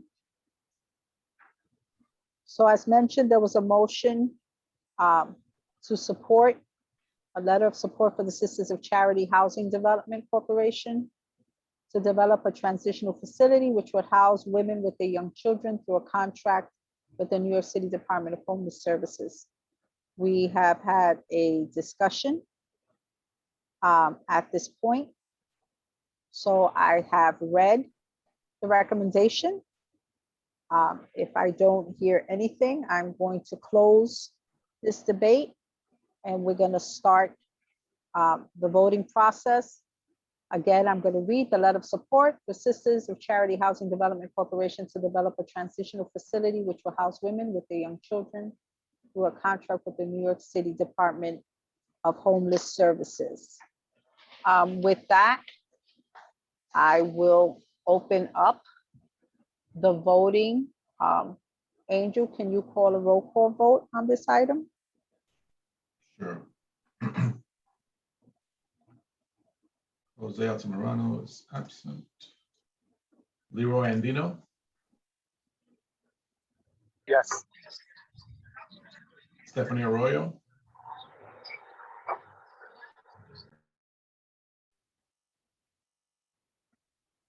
Eric Alcancela, Dan Brija, absent. Yolanda Brown,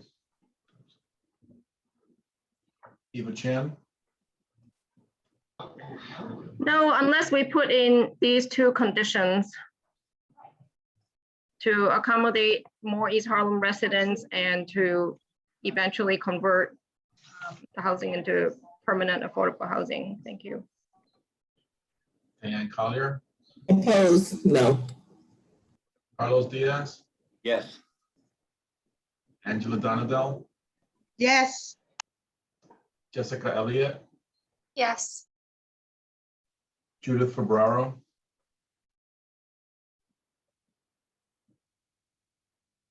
Judith Fabraro,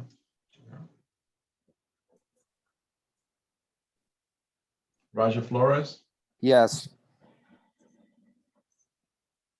Sandy Garcia, David Giordano, Yes. John Green, Yes. Robert Harvey, Yes. Jada Elia, James Horton, Yes. Ivy Hume, Yes. Alonzo Johnson, Robin Krinsky,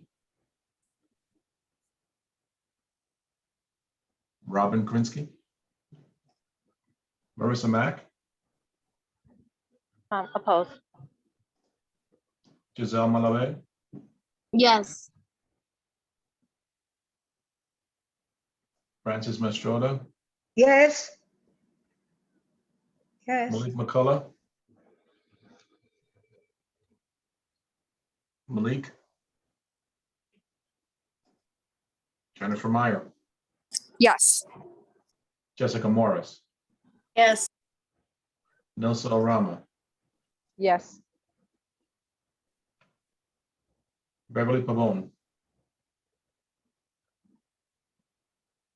Oppose. Unless they have the Andrew. conditions. Andrew Padilla, Yes. Miguel Pava, Yes. Shirley Pena, That's a yes. Arturo Perez, Yes. Roberto Perez, Yes. Sebastian Robinson Teague, Yes. Natasha Rodriguez, Yes. Dawn Sanders, Xavier Santiago, Aye. Isaac Scott, Russell Schuler, Yes. Vinnie Torres, Jason Villanueva, Yes. Nye Whitaker, Yes. Can you hear me? yes, thank you, Nye. Michelle Wilcher Clement, Yes. Jordan Wright, Yes. Jason Wu. The motion passes. Wait, excuse me. Sorry, this is Stephanie. I don't know if you got to hear me, but I said yes. I couldn't hear you, but thank you. I hear you now. Sorry. Hey, Angel, this is Malik. I couldn't hear either. Did you catch me or no? I did not hear you. He did not Okay. catch you. Hold on, well, give me a second. And He said, "Catch me, Lou." He definitely didn't catch me. I wasn't on site, but yes. Yes. Yeah. Well, I was gonna make a joke, but I'm gonna behave myself. Malik McCullough is a yes, and Stephanie Arroyo is a yes. Hi, this is Robin Krinsky. Robin I lost Krinsky. connectivity. Okay. That's a yes. You're a yes as well. Okay, Thank you. thank you, Robin. Anyone else? Robin Krinsky had her hand up. We just heard from her. Welcome, Ms. Krinsky. Okay, so the motion passes. Hello? with 31 votes. Hello? Jessica, I mean Judith, yeah. Is that you? Yes. It seems I'm having a problem. You guys haven't heard me. I have not I'm heard having you. all right, but I voted no. You voted no. Thank you. Is there Okay. anyone else? Okay, the motion passed with 31 votes in favor. Okay. Thank you so much. Okay. Mr. Janesco, you do understand that this board did approve the letter as recommended by the Housing Committee. But as you mentioned, and as we have reiterated, it is quite important that any services in this community service our community to the utmost extent as possible. So I know that DHS absolutely knows that.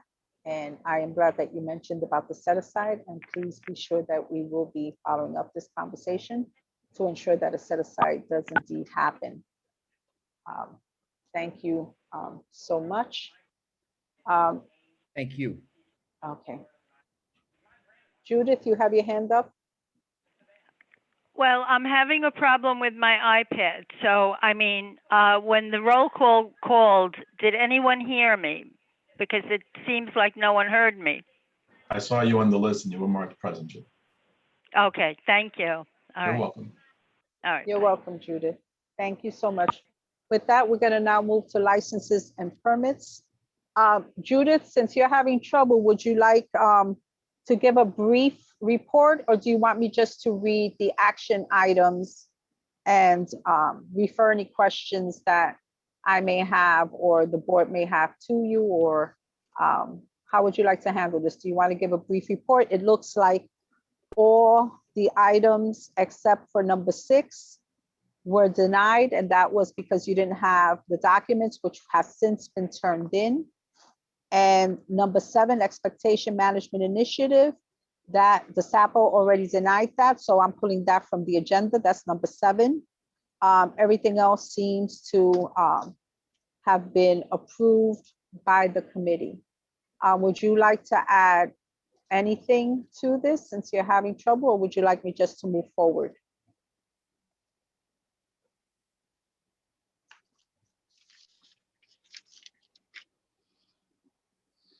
Judith, I don't hear you again. Your audio is off.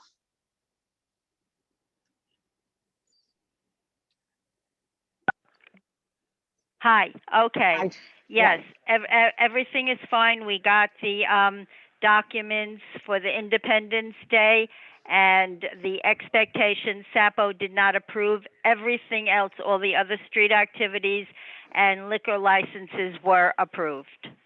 Okay, so let me just ask a quick question. You did get the Mexican Independence Day Street Festival items. Did the committee have an opportunity to vote on that, or did that came in after? And so that will Well, be new business we for us? at the committee, we had asked that the documents be received, and they were. Okay, so then the committee approved this. Yes, as long as the submission. documents were received. Okay, so with that, so Judith, since I know you're having trouble, what I'm gonna do is I'm gonna read them briefly. Okay. And then I'm going to bundle the vote for your committee Okay. recommendations as written. Okay? Okay, Okay, perfect. so, all right, so Okay. I'm gonna do that now. So the licenses and Okay. permits, as you see, had approximately 14 items.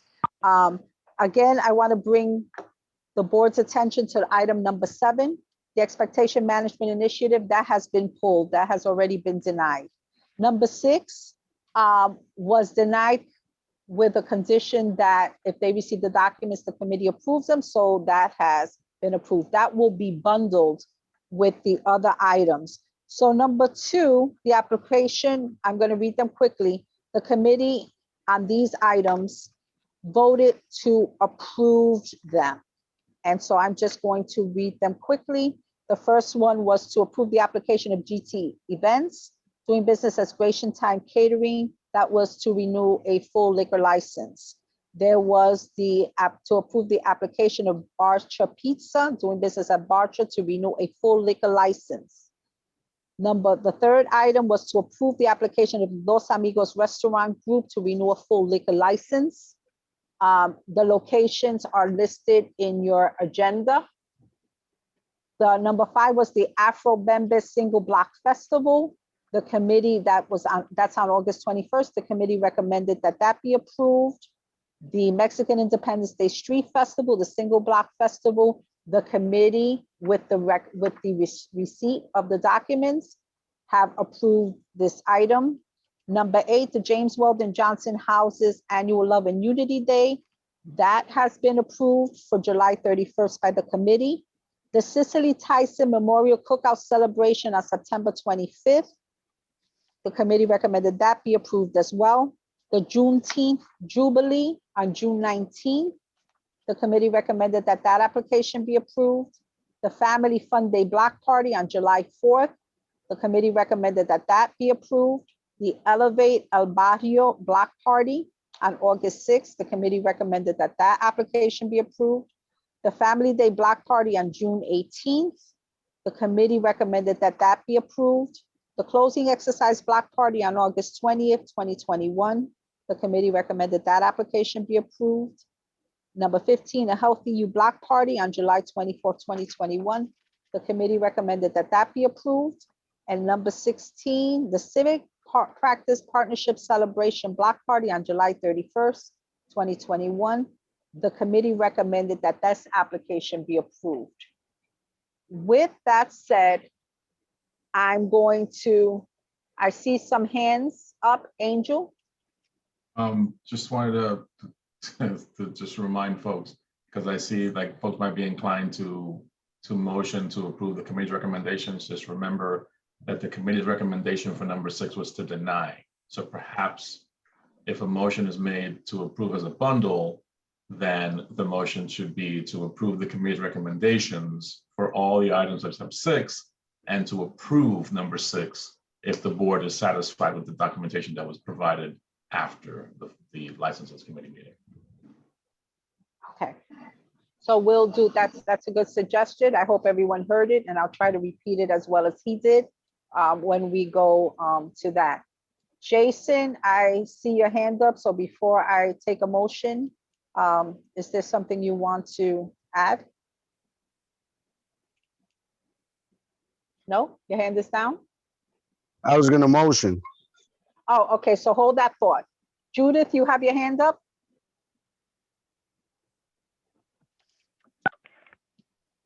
No, Judith, I you don't have my hand up. No, Okay, your hand no. is up. I'll disregard you. Okay. So is there a motion? Jason, you were going to make a motion. Keep in mind what Angel said, and let's hear your motion. Motion to support the committee's recommendation for the items that have been approved. Second the motion? One moment.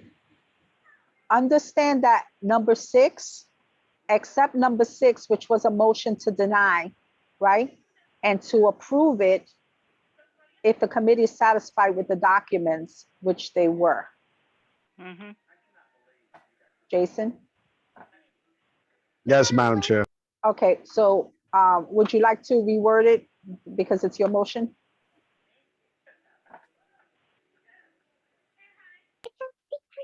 So motion to approve the committee's recommendation with the exception of item number 6. Okay. And, all right, is there a second?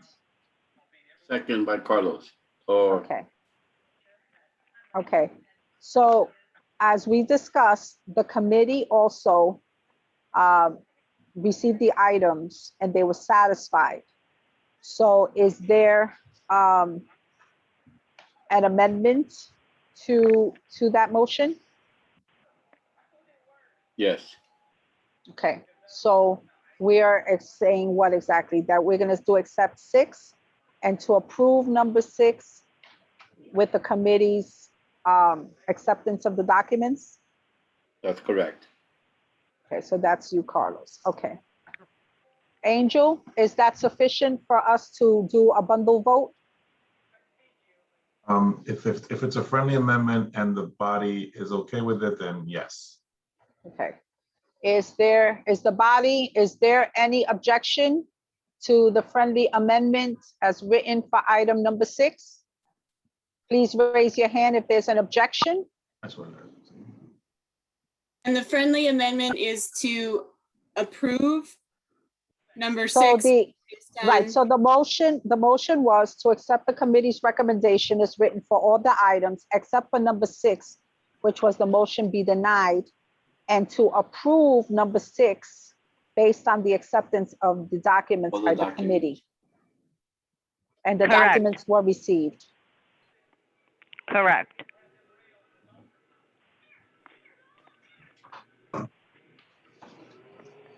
Does that answer the question?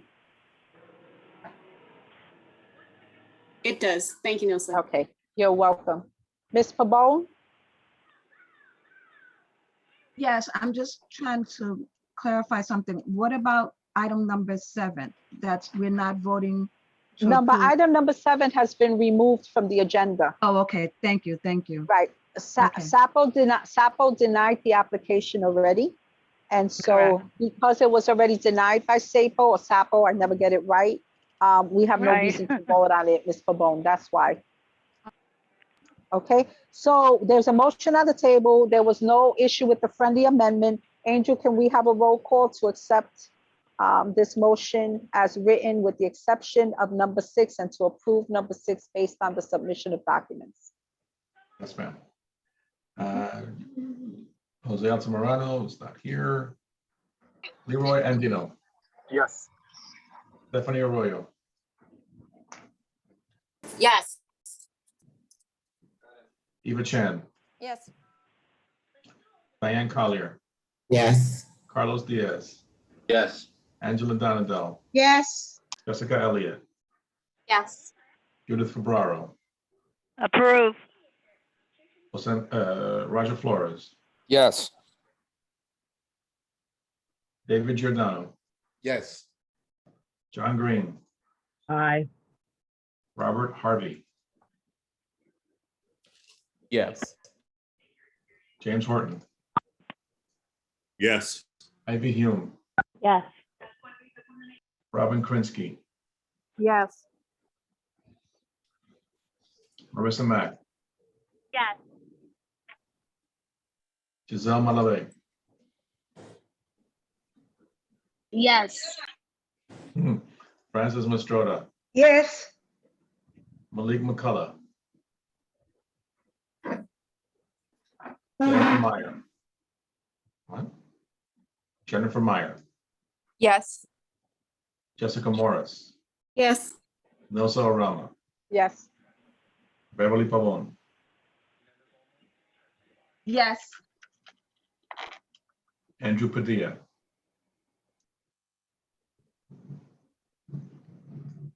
Miguel Pava. Sorry, I'm a yes, my mute button. Oh, okay. Thank you, Andrew. Miguel Pava, Yes. Shirley Peña, That's a yes. Arturo Perez, Yes. Roberto Perez,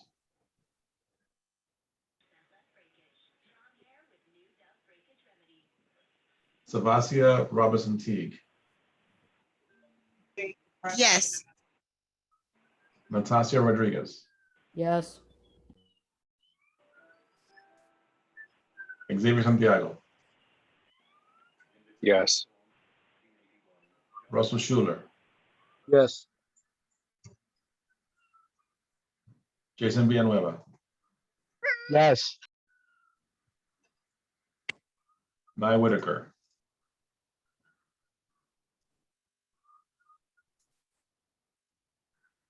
Michelle Wilcher Clement, Yes. Jordan Wright, Yes.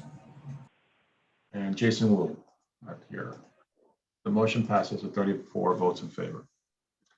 Thank you so much. So before we move forward with environment, open space and parks, Chair Elliott, I ask you to indulge. Gail Brewer is now at the meeting. And so with that, I'd like to allow Manhattan Borough President Brewer to speak. Thank you very much, Madam Chair. I appreciate it. I know that I love listening to your parks report, however, but I will listen. And I also want to thank Board 11, all the new members. And I think you have more new members than any other board. And I hope that we can work during the summer to have some time when we're talking together and figuring out what people are, what's interest, because God knows there's enough work to do. The second thing I want to mention is we are trying really hard to get a final resolution on the open meeting law so that we know that when you're hybrid, in person, whatever the future is for the community boards, we know how you can pass resolutions or not. So just so you know, we're trying really hard to do that.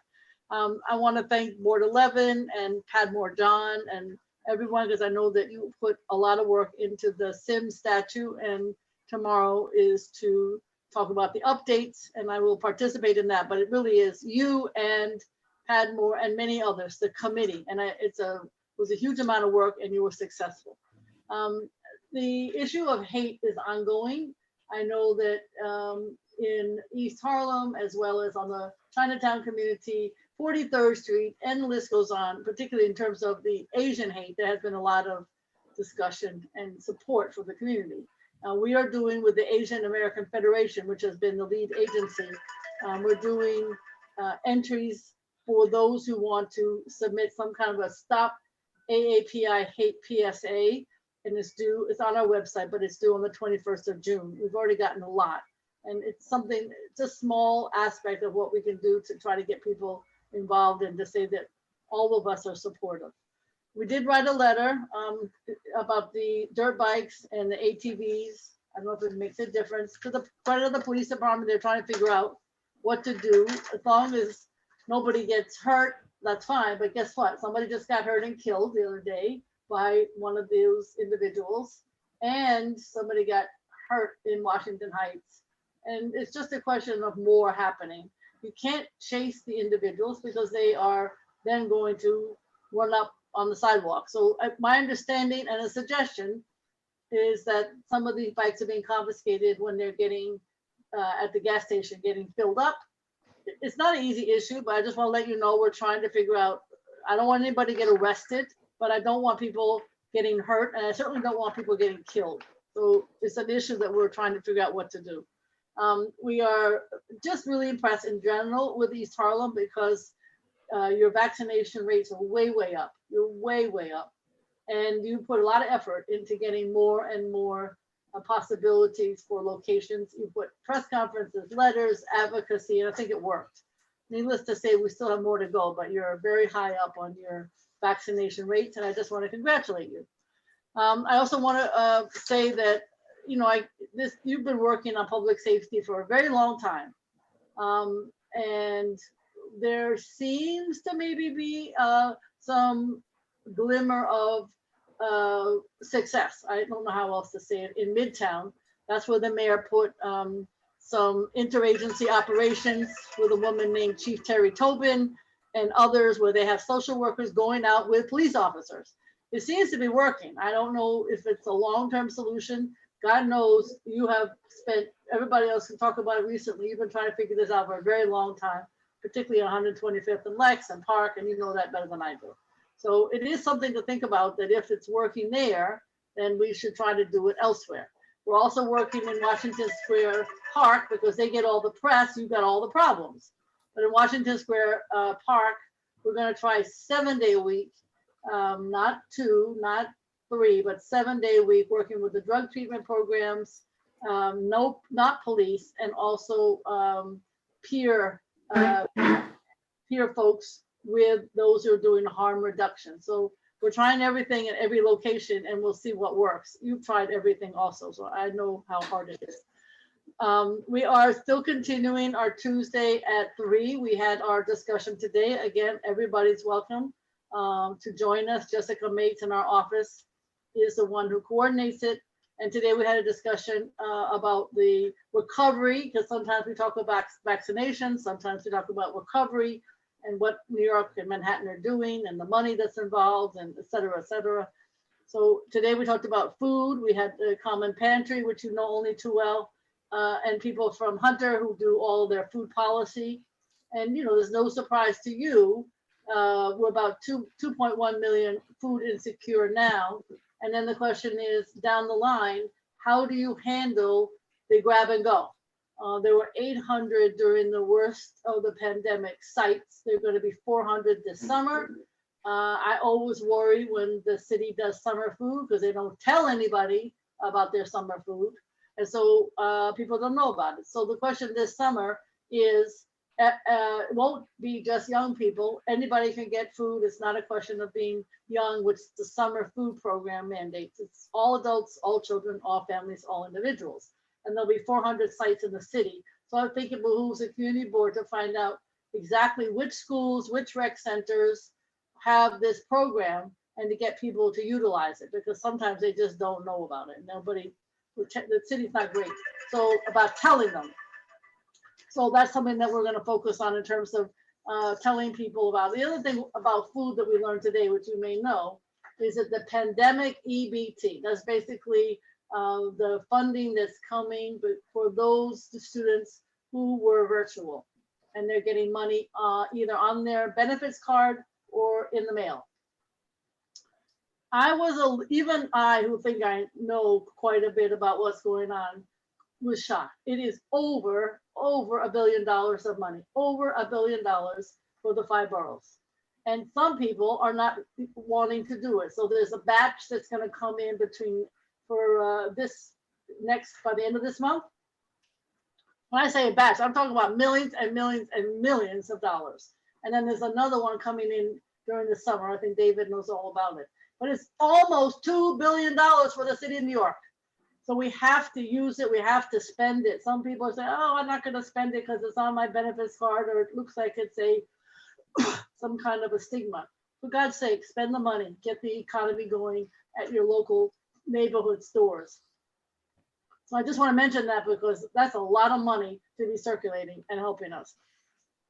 On June 21st is Make Music Day. I'm sure there'll be folks doing wonderful musicians. But we're doing it as we always do in Carl Schurz Park at 86 in York, 5 to 8 p.m. Fabulous musicians, all free, and feel free to join us. We've done it for the last 8 years, obviously not last year, but every other year, and we'll have lots of food. Thank you very much, Board 11.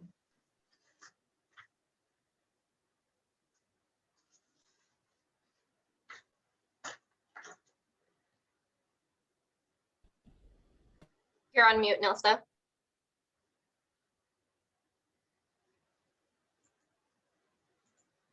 It doesn't help if I speak and I'm on mute. Thank you so much for looking out for me. Okay, so let me go back. There was a question from Ms. Natasha Rodriguez. My question is for the benefits cards that are going to the remote kids. Yep. Is that for people who have been remote the entire year, or people who have been remote half the year, or also like there was a period where everyone was remote? So I'm not sure like who that specifically applies to. David might know. I think it's pretty general. In other words, I think everybody's going to get money. I don't know that they nuance it that much. David, do you know? I know the first round is going to come at the end of July, and then the July and August will be the second round. But Yeah, David might know. I just heard that it was coming out, but I'll check with the CEC reps. You know, Caleres was really on top of that, the president of the CEC. But it should be for families, so it's going to come in whoever the student's parents' names are in, Yep. or if a student is registered above themselves at 18. So it's coming to mom, Natasha. Natasha, the answer is I think basically if you were remote at all, you get money. Yeah. All right. Thank you so much. I don't see any more questions. So Gail, you're off lightly. Thank you so much for coming on and giving us your report and keeping us informed as always. Thank you very much. Okay, thank you. Chair Elliott, you've been very patient, but it's always important to make sure that we have Madame Borough President at the table. So with that, I'm opening it up to the Environment, Open Space and Parks Committee. Thank you, Madam Chair. I just wanted to highlight some things. Our meeting minutes from our meeting this month are available. Obviously, there's a lot of ongoing activities as we've all heard. If you check the minutes, there's a list of things going on, and I'm sure our newsletters will have all of that information. Just some highlights. We had a presentation on an update for the Manhattan Greenway, the 125th to 132nd Street. It used to be called the Harlem Greenway Link, future Richard Toussaint Park. This was an update from NYC EDC and NYC Parks, which talked about the anticipated completion of the design work in late 2021, with construction beginning in 2022, taking about 3 years of construction. We've heard about this project a number of times, thankfully, and we're grateful for the city agencies coming to us again and again with updates so that we can stay informed on the progress and weigh in. They talked about the design of the park as it's in schematic design, which is an earlier phase of design. So there's still a lot of design work to be done.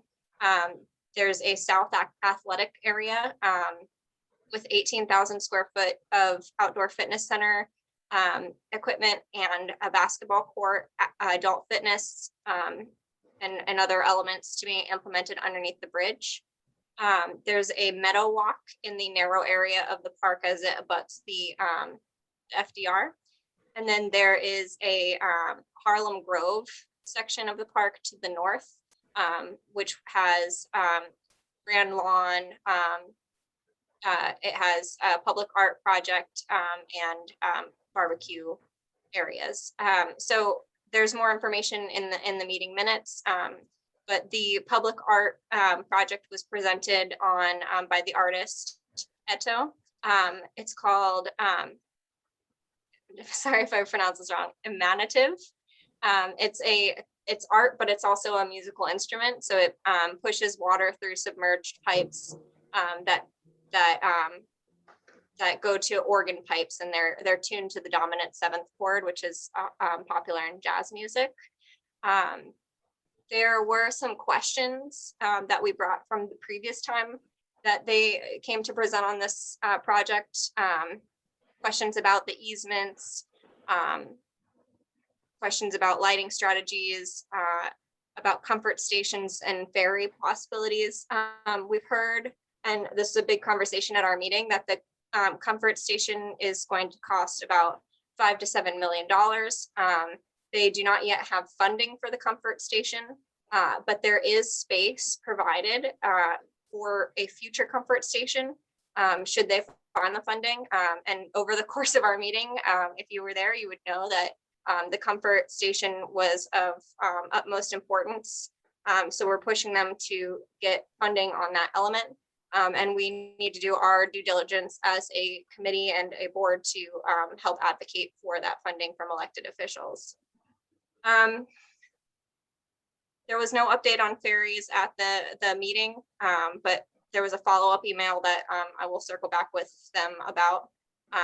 Basically, that it's not enough of a time savings and it's too difficult to implement a ferry in East Harlem. Not sure if I agree, but we also pushed back. Connie Lee mentioned that the 4 barbecue areas with the 4 tables is not going to be enough for a large park like this. So we've asked them to expand that capacity. There were a lot of great questions, a lot of great conversation about this. And we look forward to having them back to tell us how they've refined the design over time. We also talked about the, well, we were supposed to have a discussion about the M11 garage and East Harlem rezoning commitments by DSNY. Unfortunately, they were not able to make the meeting. So we are going to follow up to see when's the next time we can hear from them and update on that important element of our East Harlem points of agreements.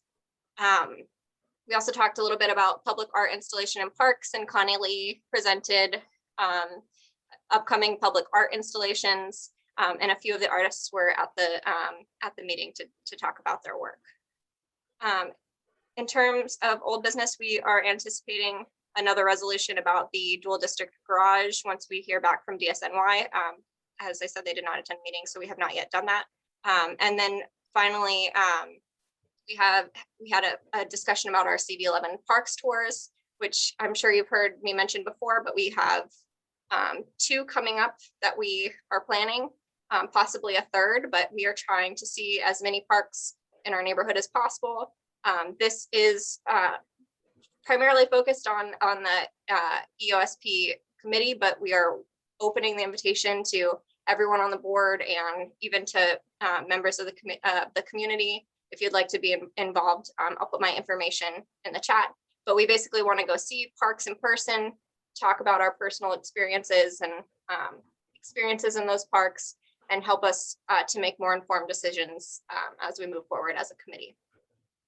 So our first parks tour will be next Saturday, the 26th at 10 a.m.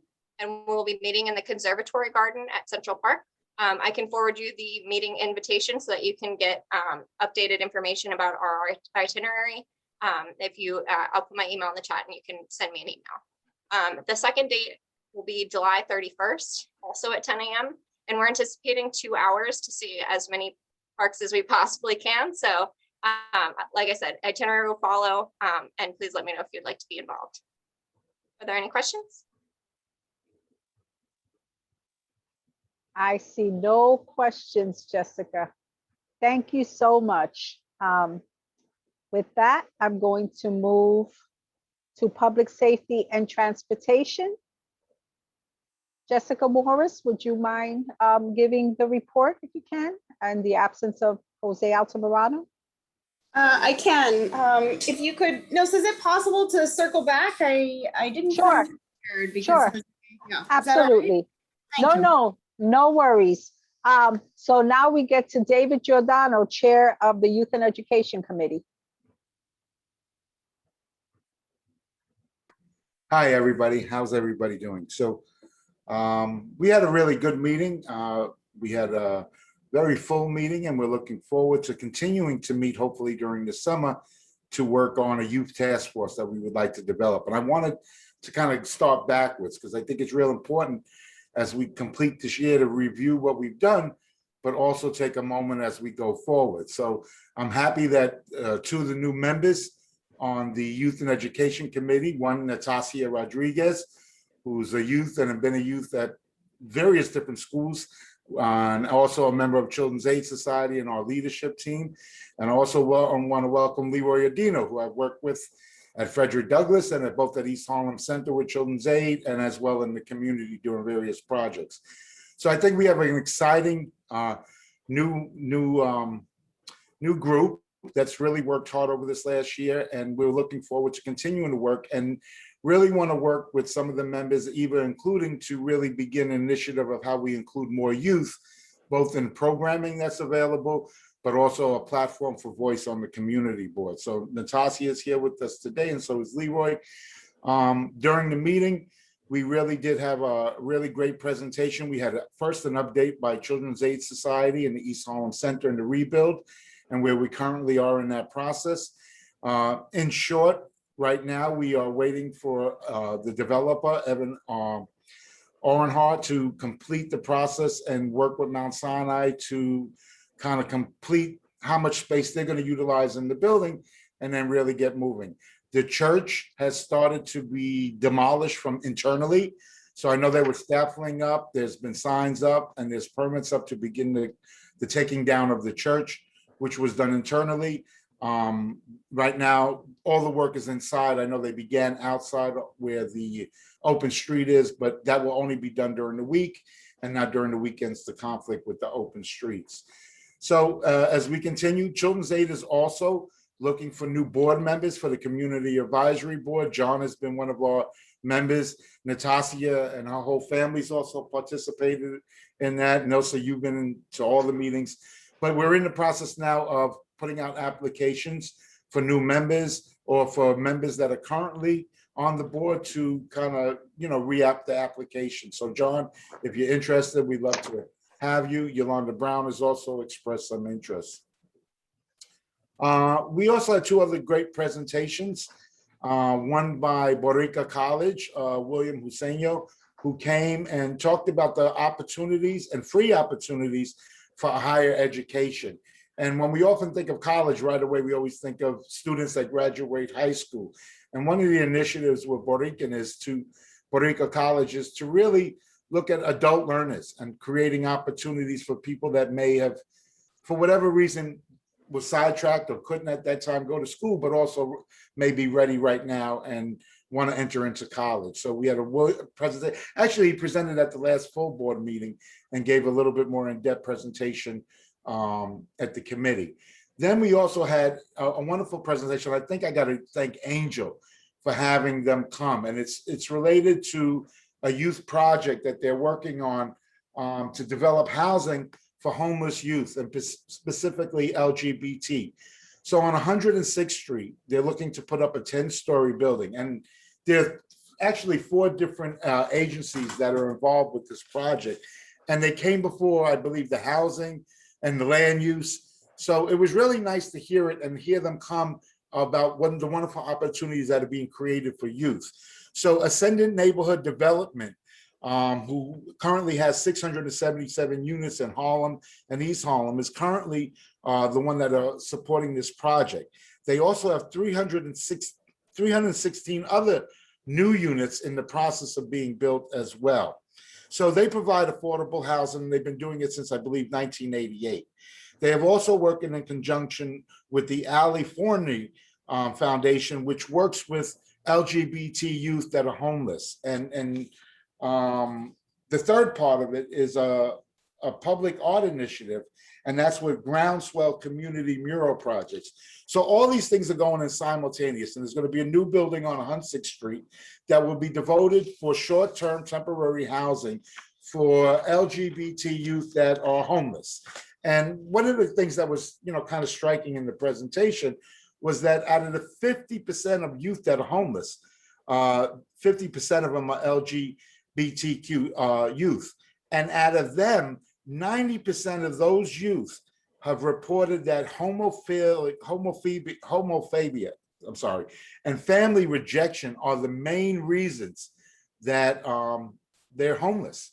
And so, again, when you think about our most stable home environment is shunning us away. And I think this is a wonderful opportunity that we should support. And one of the great things is 80% of the kids that exit the program do go into permanent housing and do have supports. So there's case management services that the Alley Forney present. They're currently in this new site are looking for 4 duplex units, which will be 8 units in each of the duplex units, a total of 36 housing units. And I really think, again, this is a wonderful opportunity. Then the other piece of this is that they have Groundswell Community Mural Project, going to work on a project that they're going to put outside while it's being built, remove it, and then put it back at the facility next to it. And, you know, they had nice pictures of how it would all look. One of the great things I think Groundswell does is that they come in and really meet with the community before any idea, and they have an artist that works with community representatives to help design a mural. And the mural is supposed to kind of reflect the community and what's happening with it. So I think we really have a wonderful opportunity here to see some really good housing. And I want to thank Angel, because sometimes we miss these things when they're in other committees, but they're very relevant to the committee that we also support and work with as well. So I think that's pretty much it for now. Again, I want to really reiterate that we want to work with developing youth task force. I think some of that work has begun a long time ago, and we're going to continue it.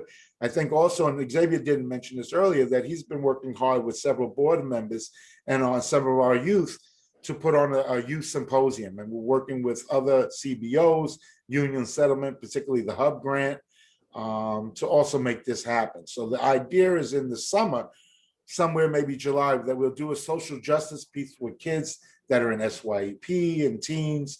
And then we'll kind of hope to highlight that at different events throughout the community, maybe as well as the Councilwoman's Youth Task Force, which we usually have in the summer, and have a youth festival. So that's kind of the summary. Thank you, David. Are there any questions for David and his report?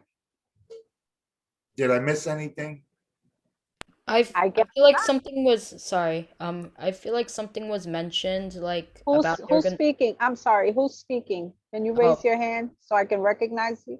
I'm sorry, I thought I raised my hand. Okay, okay, Natasha Rodriguez, go ahead now. I think something was mentioned during the meeting that they were gonna hold a competition or something about the mural. There's gonna be like small little murals or something like that. Yeah, groups will work on together designing some ideas, and from those ideas, they'll work with the artists to actually create the mural. But it is kind of a consensus of the group that will be working on it. What will the final design be? What will be the things incorporated? They did have some examples of other murals that I think, again, were relevant. Sorry, I should have prepared the show. Thanks, Natasha. Thank you. Are there any more questions? Beverly, you had your hand up. Was that a mistake? Never mind. I'm good. Sure. Thank you. Okay. Yes. All right. So I see no more questions. I want to thank you, David, for your report. I'm going to now move to the Land Use, Landmarks, and Planning Committee, because there are 2 action items, 2 recommendations there.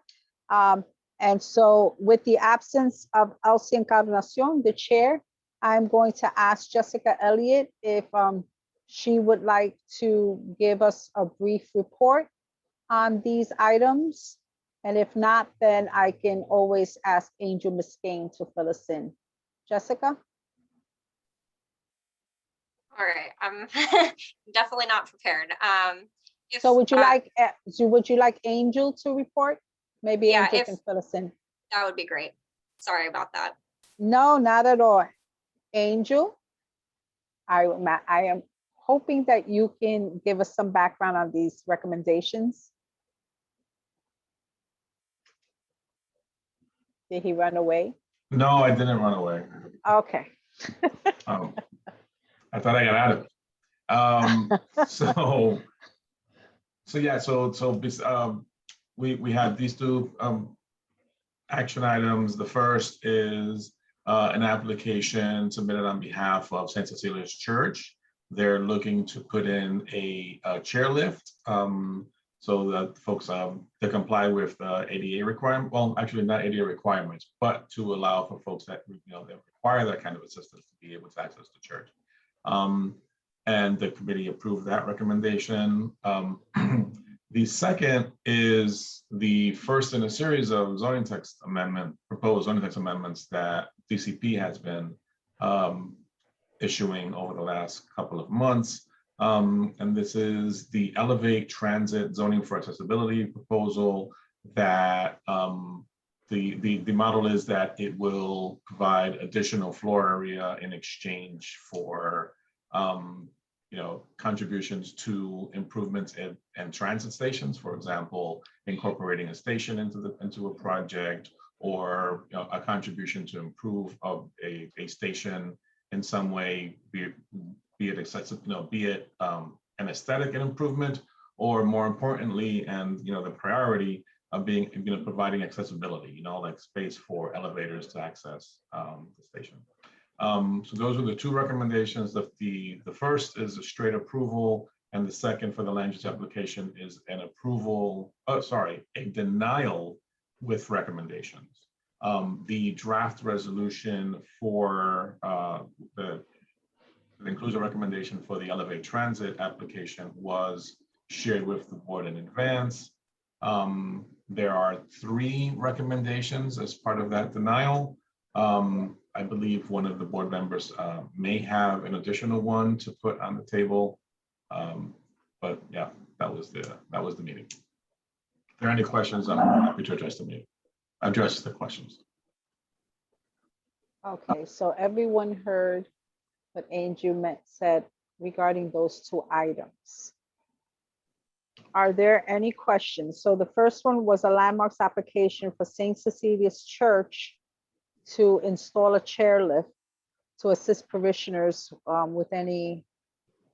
with those needs that might need use of a chairlift. And the committee recommended that be approved. Are there any questions regarding that item? No? I'm sorry, Nilsa, my apologies. I left out one thing. Please make sure you add it in. Thanks. The committee also heard a presentation and held a public hearing regarding the land use application for the proposed Las Raíces multi-site affordable housing development project. It's come before the community board a number of times. It's making its way through different committees on the board. But since the application was certified, the land use application was certified last month, where we have the opportunity to hold a public hearing. And so we did. The committee will be voting on its recommendation to the full board in July, and the full board will be voting on that recommendation on July 20th. Thank you. Thank you, Angel. Carlos, I see you have your hand up. Yeah, I wanted to make the motion for approval of the chair as St. Cecilia's. Okay, let me just ask one quick question before, and I'll get right back to you, Carlos, okay? Sure. Angel, in terms of the land use application that may have, since we may be adding an amendment to the draft, I'm going to, I should separate that because we have to work on that. Or is there a way to discuss the amendment and then take and bundle them together? I don't suggest bundling. I would object to bundling, sorry. Yeah, Okay. Yeah. So- do them separately. Okay, And so I'm then- gonna get the first one out of the way. Okay. And okay, so I'm going to call back Carlos Diaz, so Carlos, I'm calling the question on the first one, the landmarks application. Is that the one you're gonna make the motion on? But the one on St. Cecilia, the chairlift that's Yes. gonna be used, yes. Okay, so you make a motion to approve that as recommended by the committee? That's correct, yes. Okay, is there a second? Okay, Jason Villanueva? Second it. Okay, so with that, are there any questions or any discussion on this item? If I see no discussion or questions, I'm going to have Angel call the vote. I see none. Angel, can we call the vote? The roll call vote? Leroy Andino, Yes. Stephanie Arroyo, Yes. Adam Briha. Oh, no, he's not here. Eva Chan, Yes. Diane Collier, Yes. Carlos Diaz, Yes. Angela Donadell, Yes. Jessica Elliott. Yes. Yes. Got you. Thank you. Judith Ferraro, Roger Flores,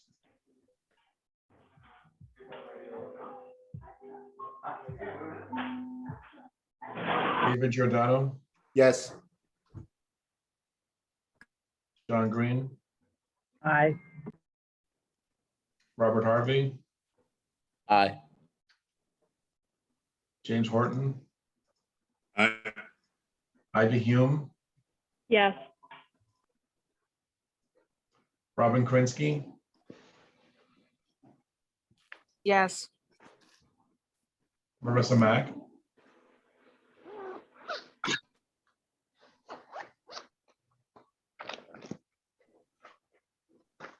Giselle Malave,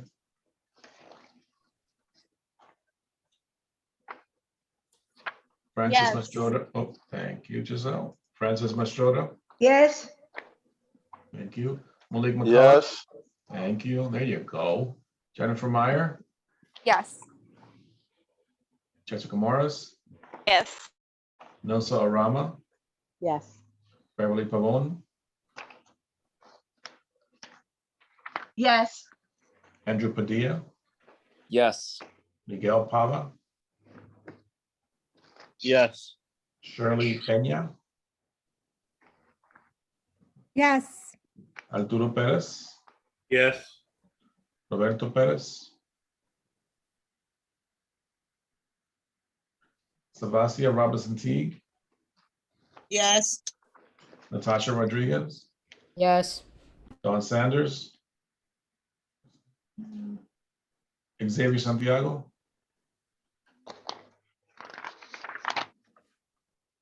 Russell Schuler, Yes. Jason Villanueva, Yes. Nye Whitaker,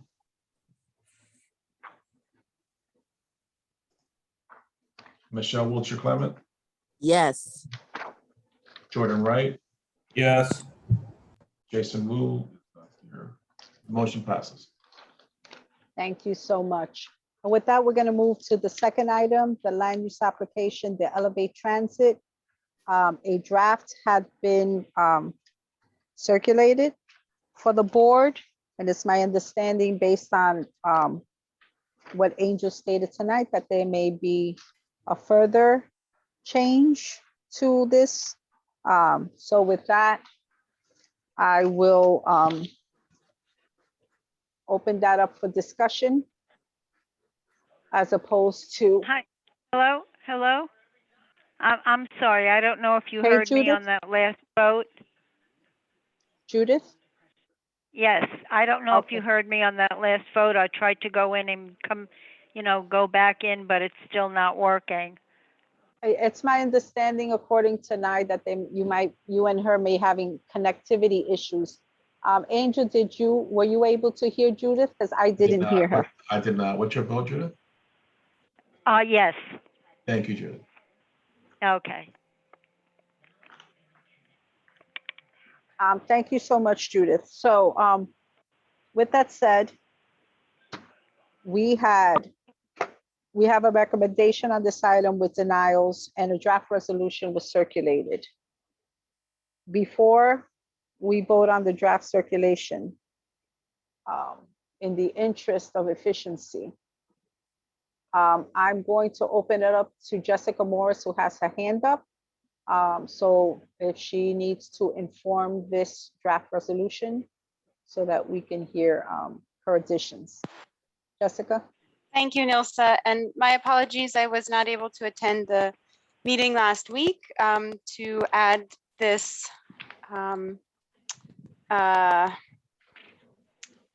point at the end. So it would be an additional condition based on the whereas statements number 18, 19, 20, and 21 in the existing resolution that ultimately say that if there is no coordinated environmental impact statement required, that will result in very few project level positive declarations of impact, which means that the cumulative effect of some of these development bonuses won't get measured in the piecemeal way that the zoning text amendment requires documentation for right now. So I have suggested that we add a fourth condition to the 3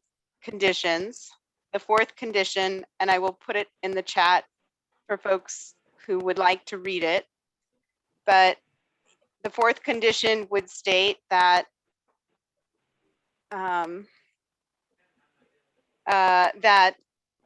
however the board decides to vote,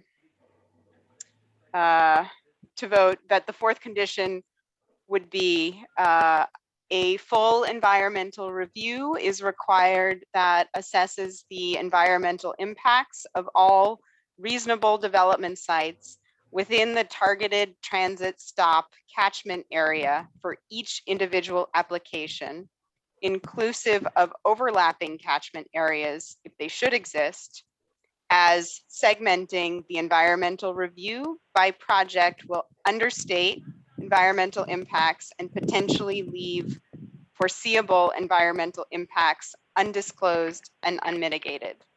So I know that's a lot of jargon, and Angel helped me to write it in a way that could be as easily understood as possible.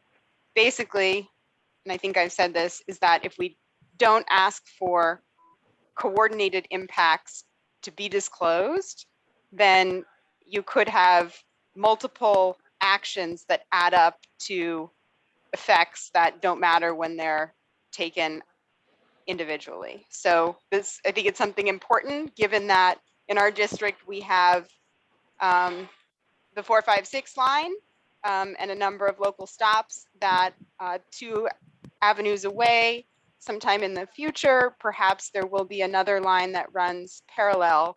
So there are potential areas of high impact that may occur. So if we don't ask for this coordinated action in the process, it may happen without our ability to do anything about it. So that's my recommendation. I'll put it in the chat. Does that sound okay? Yes. Thank you, Jessica. Can you guys see my screen? I tried to share it so you guys can see the reso. Is it We showing? can see it perfectly. Okay, cool. So the language that Jessica was referring to, her addition is the stuff in blue, so item number 4. Jason, you had your hand up? I'm ready to make a motion. Okay, one moment. So does everybody understand item number 4, which Jessica suggested and has been added in blue to add to the draft resolution? Are there any questions on that item?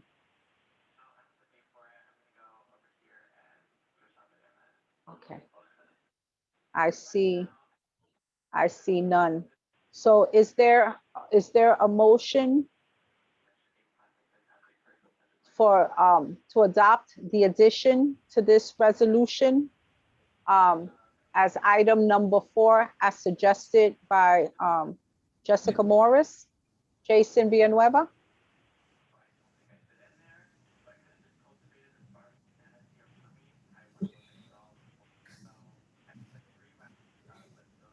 Jason? Sorry, I didn't think you called. Motion to approve the committee's recommendation with the friendly amendment provided by Jessica Morris. Okay. Is there a second? Please raise your hand so you can be recognized, as I can't always hear you. Jessica Elliott? Second by Jessica Elliott. Okay. Angel, can you do a roll call vote?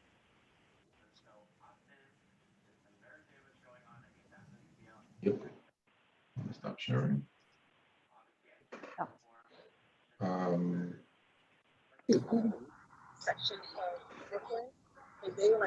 Leroy Andino, Yes. Stephanie Arroyo,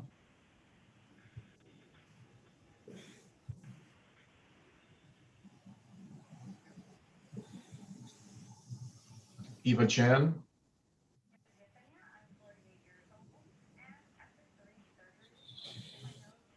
Diane Collier, I had some questions, so I am going to abstain. thank you. Carlos Diaz, Yes. Angela Donadell, Yes. Jessica Elliott, Yes. Judith Febraro, Yes. thank you. Roger Flores, Yes. thank you. David Giordano, Yes, sir. welcome, sir. John Green, Aye. Robert Harvey, Yes, sir. Ivy Hume, Yes. it's whoever that is. Ooh. Somebody's like scratching a record or something. Can Ivy everyone Hume, put themselves on mute while we take the roll call vote, as this is an official vote? Thank you. Ivy Hume,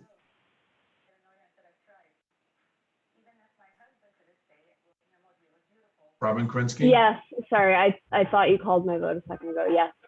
Thank you, Ivy. Robin Krinsky, Yes. Marissa Mack, Yep. Giselle Malave, Yes. Francis Mastroda, Yes. Malik Yes. McCullough. Thank you, Francis. Malik McCullough. Yes. Two in a row, Malik. I'm happy. Jennifer Meyer, Yes. Jessica Morris.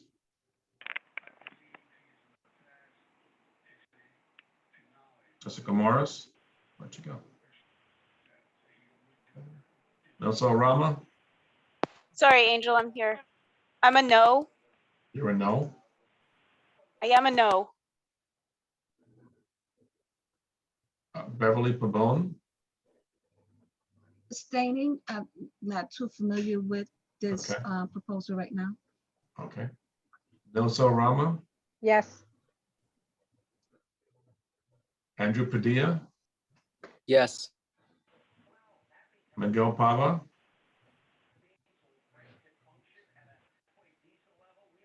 Miguel Pava, Shirley Pena, That's a yes for Shirley Pena. thank you. Arturo Perez, Yes. Roberto Perez, Savasia Robinson Teague. Yes. Yes. Thank you. Thank you. Natasha Rodriguez, Yes. Dawn Sanders is not here. Xavier Santiago,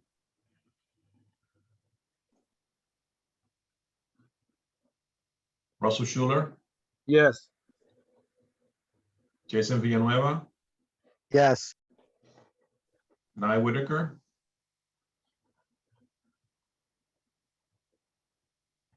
Michelle Wilcher Clement, Yes. Jordan Wright, Yes.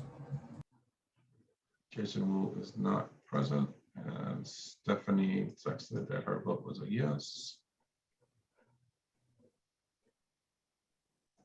The motion passes. Thank you so much.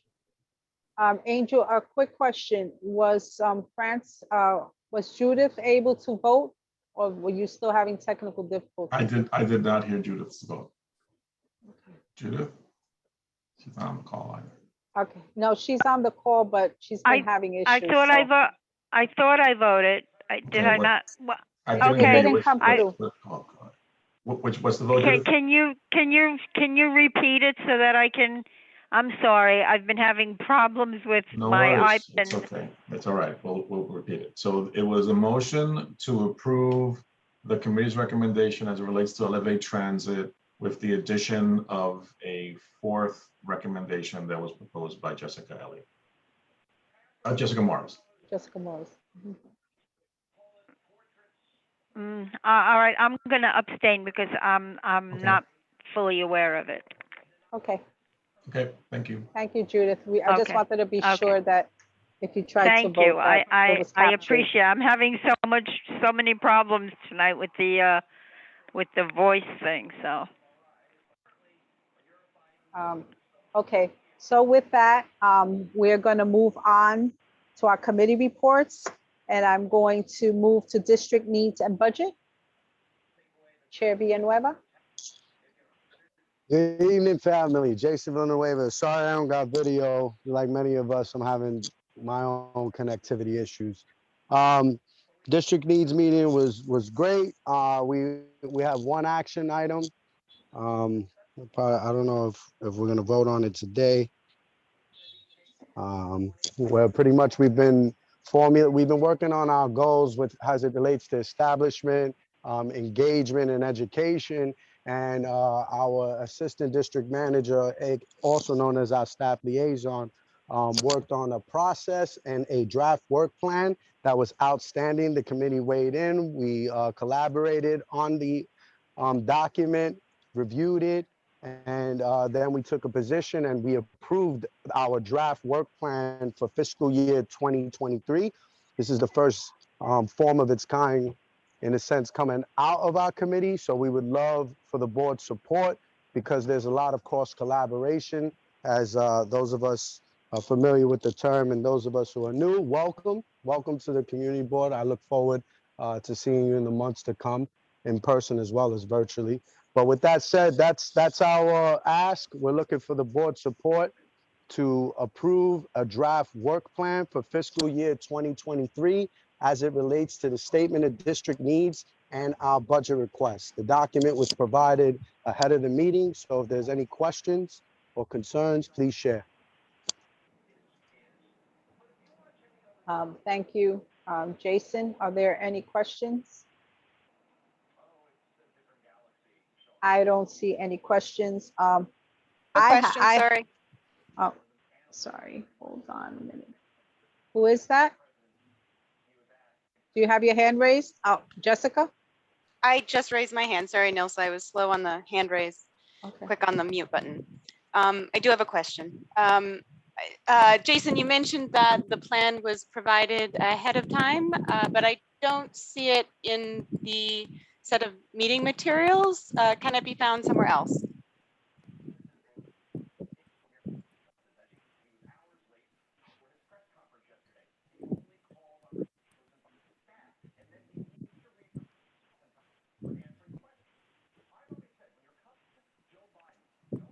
Angel, maybe you can elaborate?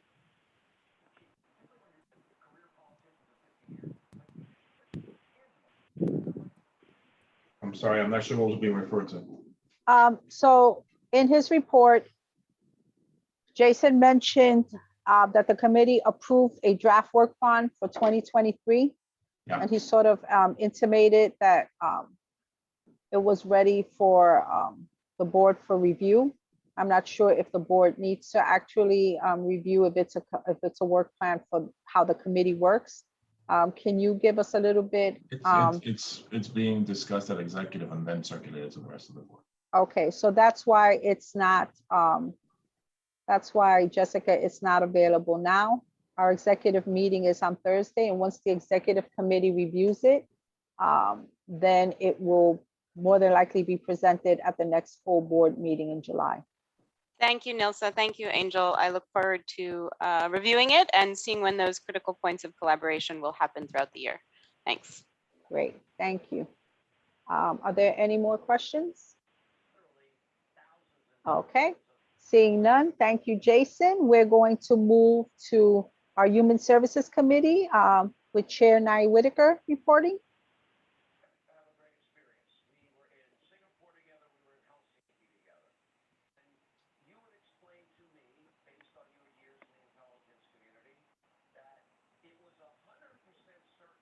I'm not sure if Nye is on the call.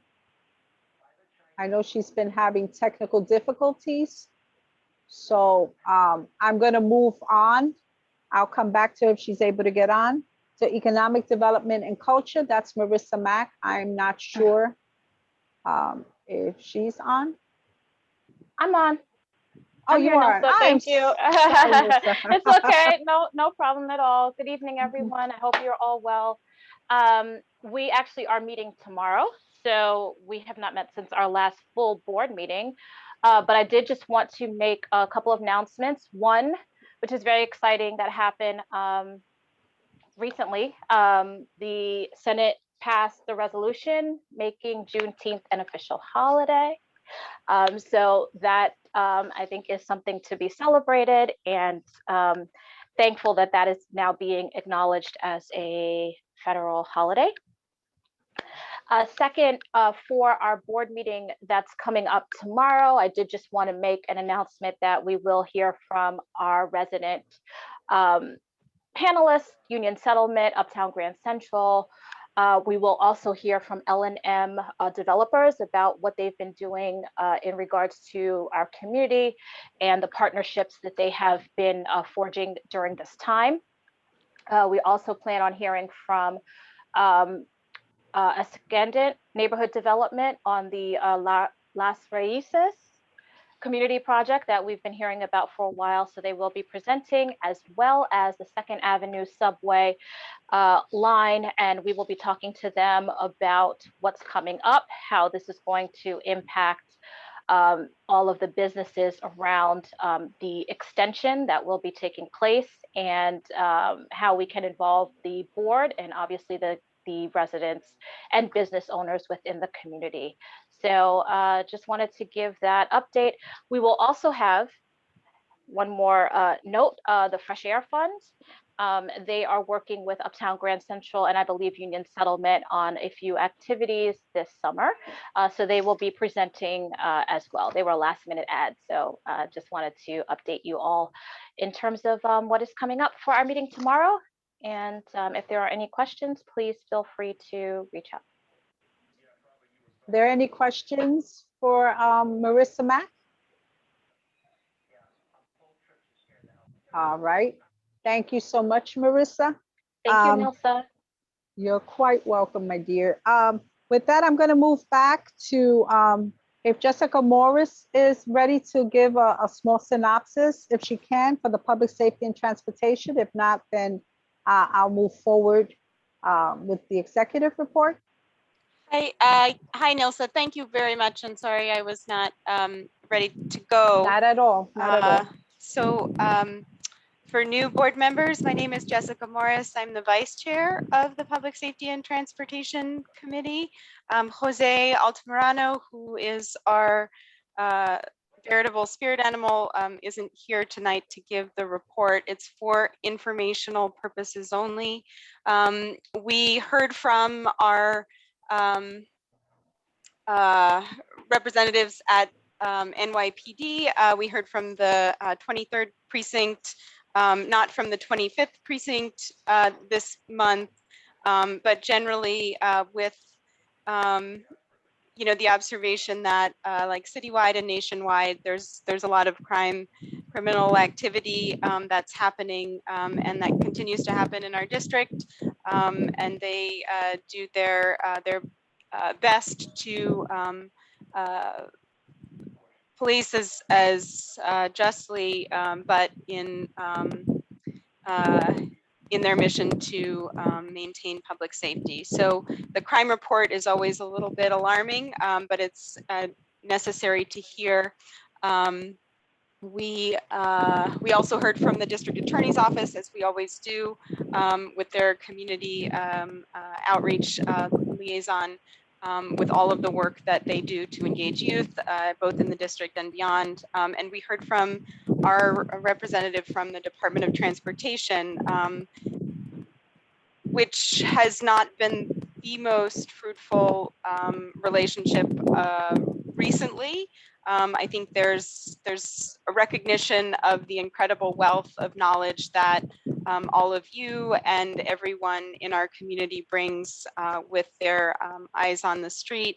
But that seems to be quite separate from the work that often happens in developing transportation plans. So particularly of interest has been some work being done to improve pedestrian safety around East 117th Street, but we have not quite gotten the information that we've been pressing DOT for, though that may have changed since our meeting. We just maybe the one big thing that we got a presentation from MTA, who maintains the Metro North tracks. The actual physical tracks, what happens underneath the tracks, belongs to city DOT. There is an enormous stretch through our district from about 110th Street all the way up to the Harlem River, where we have an under the elevated condition. There is a very large project happening, working towards procurement now, where they will be replacing those elevated tracks for blocks stretching through our district. So there will be a lot of environmental impact, though they're trying to work as much as possible to reduce the negative impacts and make the outcome something that improves quality of life for all those who live near those incredibly heavily traveled transit corridor day to day. One of the big points that was a concern was noise always, and construction disruption. But one of the big potential points of opportunity is their STEM outreach project and involvement in some of the schools and school programs throughout the district, and an early recognition that these are potential pipelines to longer term lifetime opportunities for young people who have interest in infrastructure, environment, and that sort of thing. So we will continue to hopefully invite those project teams back to other committees where there may be some interest, whether it's youth and education or otherwise. But they were very receptive, to working with the community to maximize the benefits of the disruption that comes from large capital projects in our district. So lastly, the committee has been working on, for the past 3 or 4 months, an outreach survey to capture some of that local knowledge that you all have of your street and what happens there, how to make it safer from your perspective. But we're going to hold on releasing that until the district needs survey makes its rounds and gets its necessary attention. So further on the horizon, be on the lookout for a set of queries about how you relate to and move around out there in the world once we all start to do that more again. Thank you, Nilsa.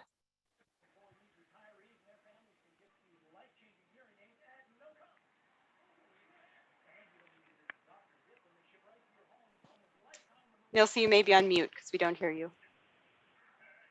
I'm telling you. Thank you so much.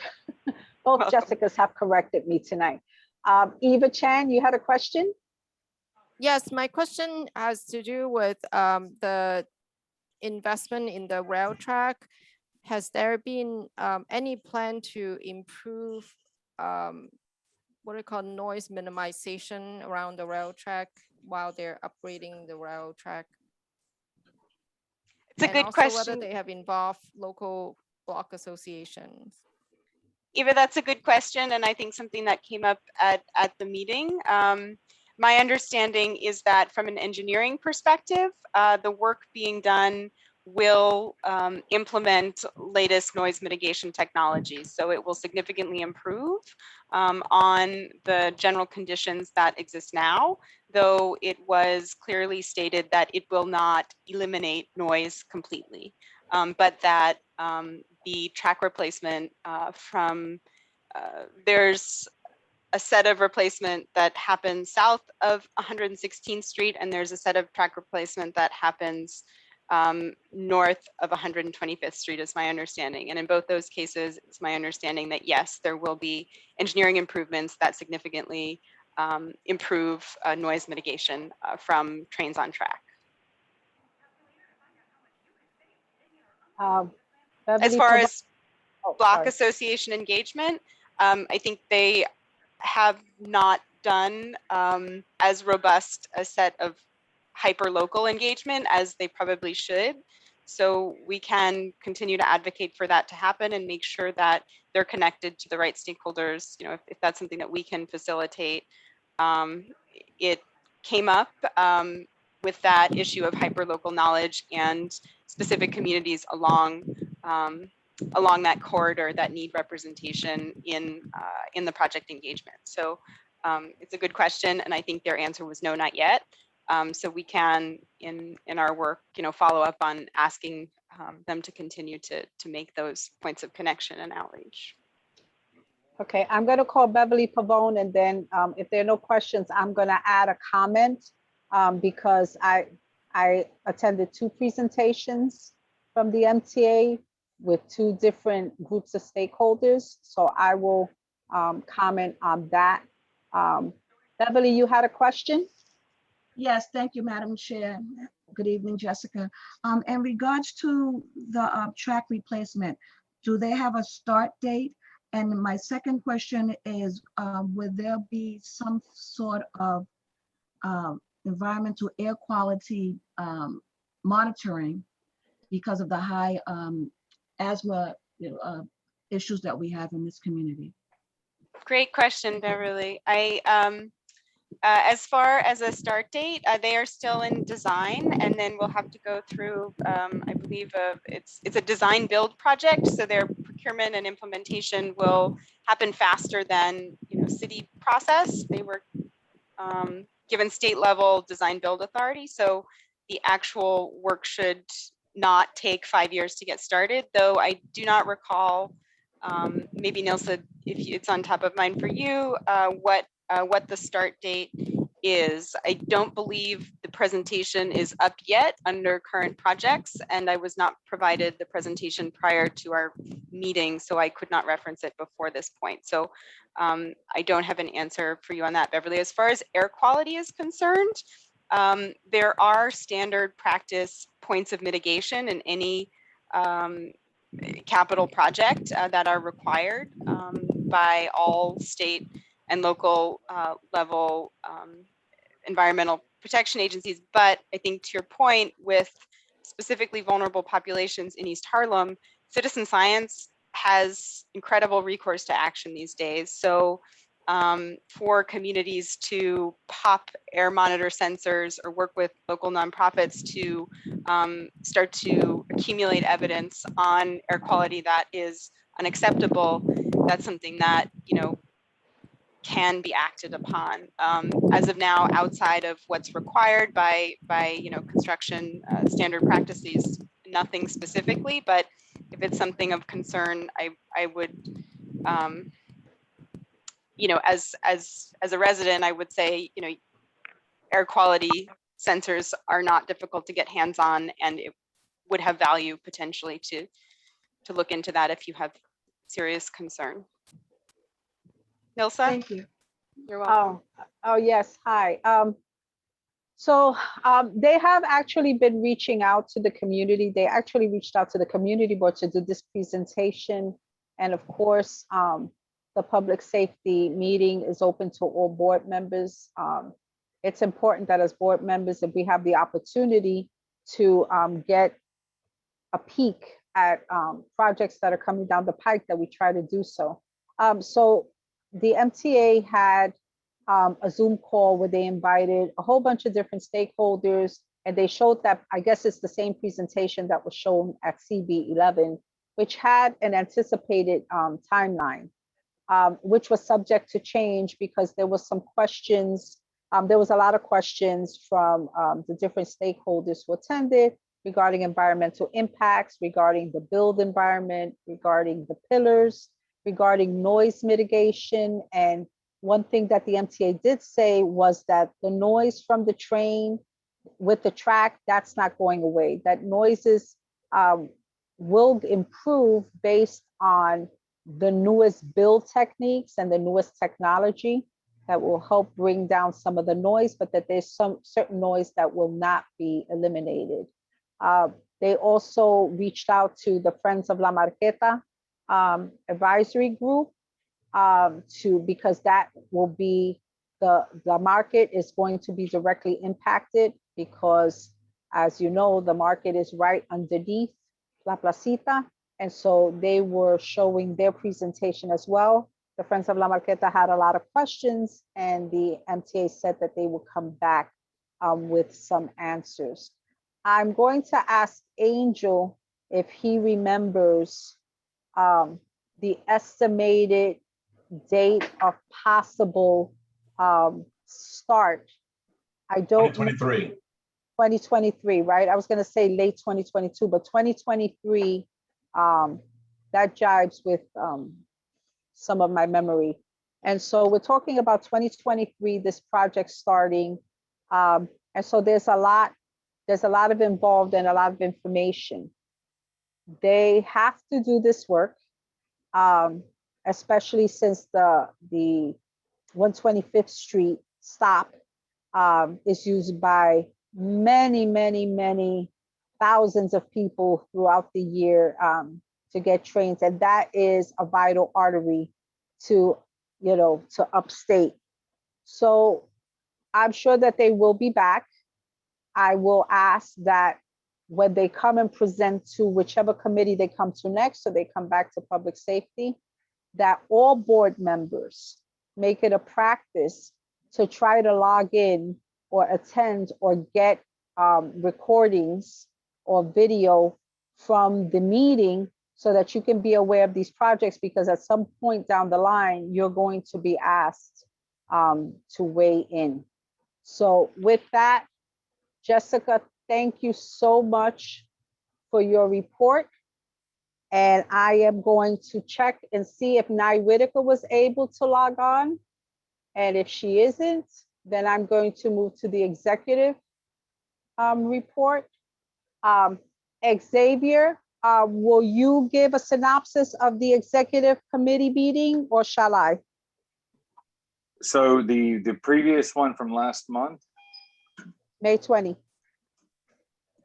yeah, we covered, I gave a cursory coverage of that last month, and I'm submitting the one for May for our executive committee meeting to be approved by the committee for Thursday. So that was summarized last month's meeting. Okay, so basically for the board and for the new members, the last meeting was a discussion. Our district manager has taken the lead in order to help us work more efficiently and with continuous quality improvement. This board is known for quality improvement, and I don't like to brag, but we work well with the other community boards and we piggyback off each other's ideas. And I will tell you that we're very fortunate in having forward-thinking staff. And one of the things that Angel Muscane in particular, our district manager, has done is help to come up with meeting scripts for all the committees and the full board to help us stay on task and for uniformity's sake.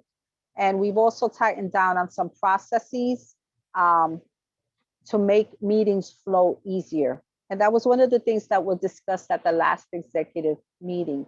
The executive committee is made up of the elected officials of the board, as well as the chairs of the different committees. Everyone is invited to attend our meetings, but the deliberations are done by the chairs and the elected officials on the board. And when I say elected officials, I mean the chair, the vice chair, the treasurer, and the secretary, the assistant secretary and the assistant treasurer, which is vacant right now. Another item that was discussed in the last meeting was a temporary bylaws amendment. For the new members, as well as the old members, in the last full board meeting, a temporary bylaws amendment was presented. Reason we need a temporary bylaws amendment to our bylaws is that all our voting is done in person, always. But because of the pandemic and the city being closed, and because of the real possibility that we may not be able to get in person to actually cast our vote for the new chair in our November elections, a bylaws amendment was designed to allow us to vote virtually if the city is not completely opened up, and or if we can't find a space big enough to accommodate us. But it's more if we are restricted in getting together, then this will allow us to carry on the business of the board as efficiently as possible. And so that's what the temporary bylaws amendment is for new board members. I will make sure if you don't have it available that you read the temporary bylaws amendment so that you can understand.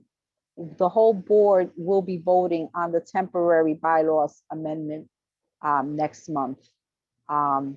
So that is, as Xavier said, this was covered in the last full board meeting. Our executive meeting will be this coming Thursday, but I just thought that it was important for the new board members to understand what the executive committee does.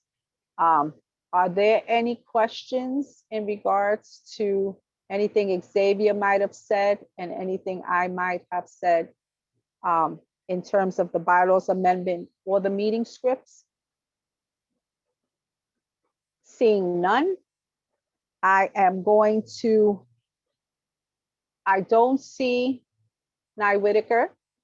So any minutes that she submitted are for informational purposes only. Please make sure that you read those. And with that, I'm going to move on to the agenda for new business. Madam Chair. Yes, sir. No, I know I had my hand raised. I just wanted to say to the new board members, that information, those minutes will be posted after Thursday's meeting. Apologies for that. As I was stated during my vice chair report, we had a flood in our apartment building, so I do not have full access to my computer to where I can summarize even more detail, but I appreciate your summary. Thank you very much, Elsa. Yeah, to also add what our executive committee can do and has done, as we have seen as last year's evidence, we act on behalf, the executive committee will act on behalf of the board when we are in recess.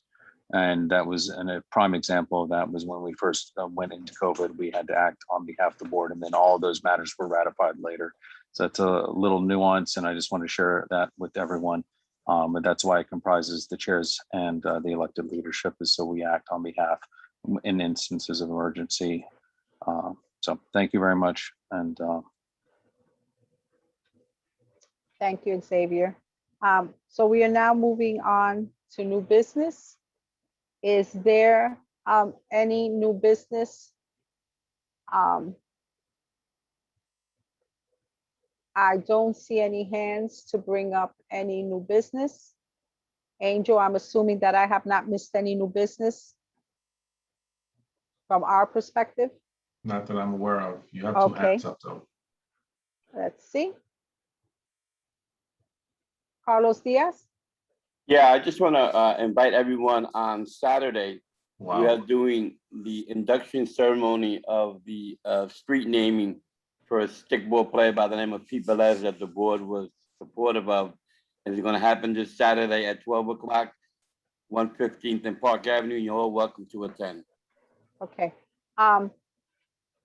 we're gonna do further announcements after the roll call vote. Okay, So if anybody has an announcement, after the roll call vote, I will raise your hand and you can announce it at large.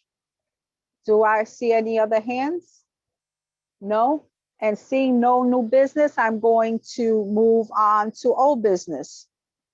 Is there any old business that needs action by the board or at the minimum discussion?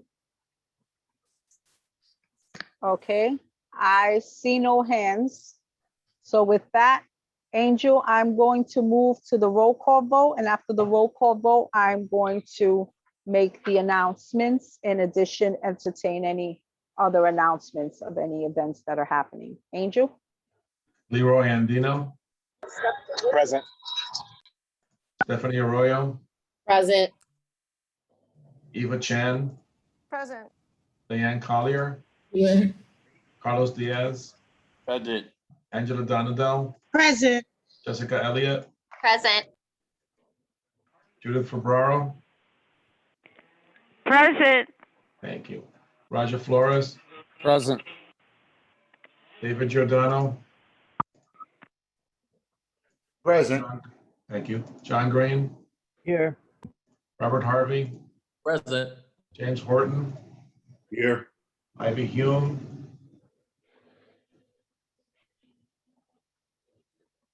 Robin Krinsky, Present. Marissa Mack, Present. Giselle Malave, Present.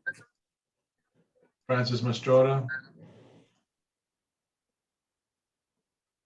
Malik McCullough,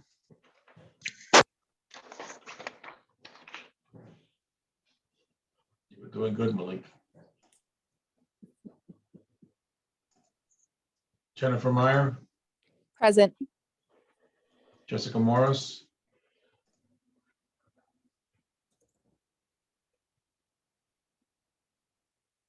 Sorry, Angel, here, gosh. thank you. Nelsa Arama, Here. Beverly Pavon, Present.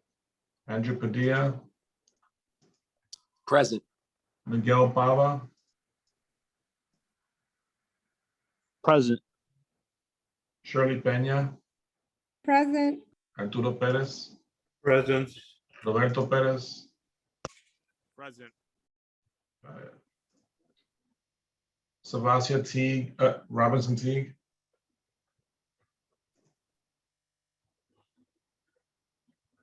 Natasha Rodriguez, Present. Xavier Santiago. This is Shavasia Robinson T. Present. Thank you, Present. thank you, Savasia. Thank you, Xavier. Jason Villanueva,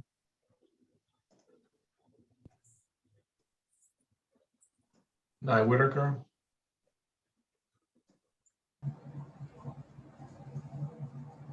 Michelle Wilcher Clement, Present.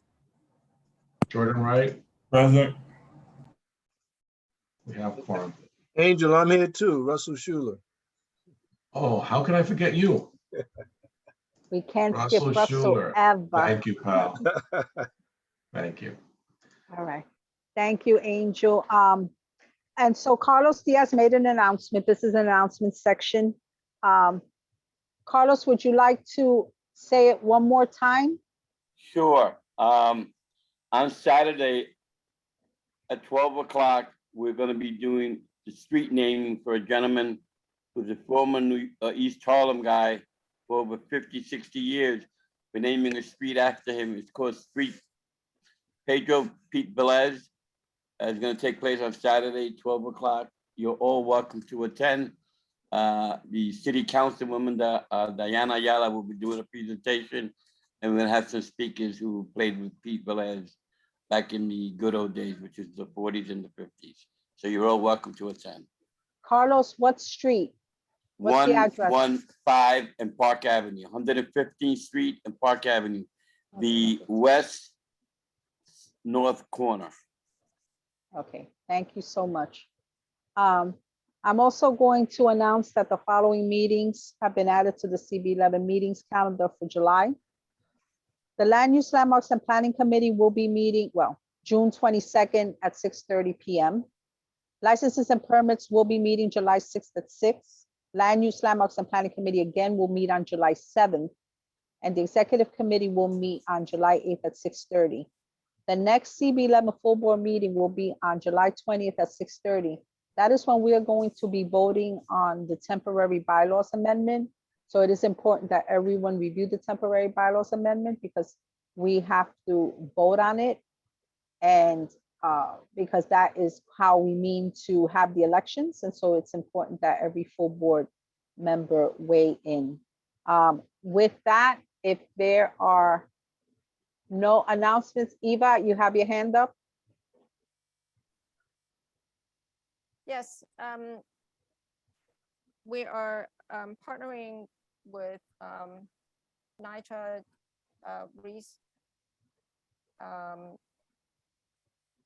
organization to help recruit NYCHA 500 companies. Last year, 20 people applied and none of them were accepted. So far, we found that it is helpful for people who have some corporate experience to help prepare the applicants. So I invite any volunteer to help out with this effort. And thank you for Marissa for volunteering. Thank you. Thank you, Eva. With that, if there are no more announcements, I adjourn the meeting at 9:44 PM. Thank you, everyone, so much, and stay safe and enjoy the rest of your evening. Good night, all. Good night. Good night, everybody. Bye. Have a good one.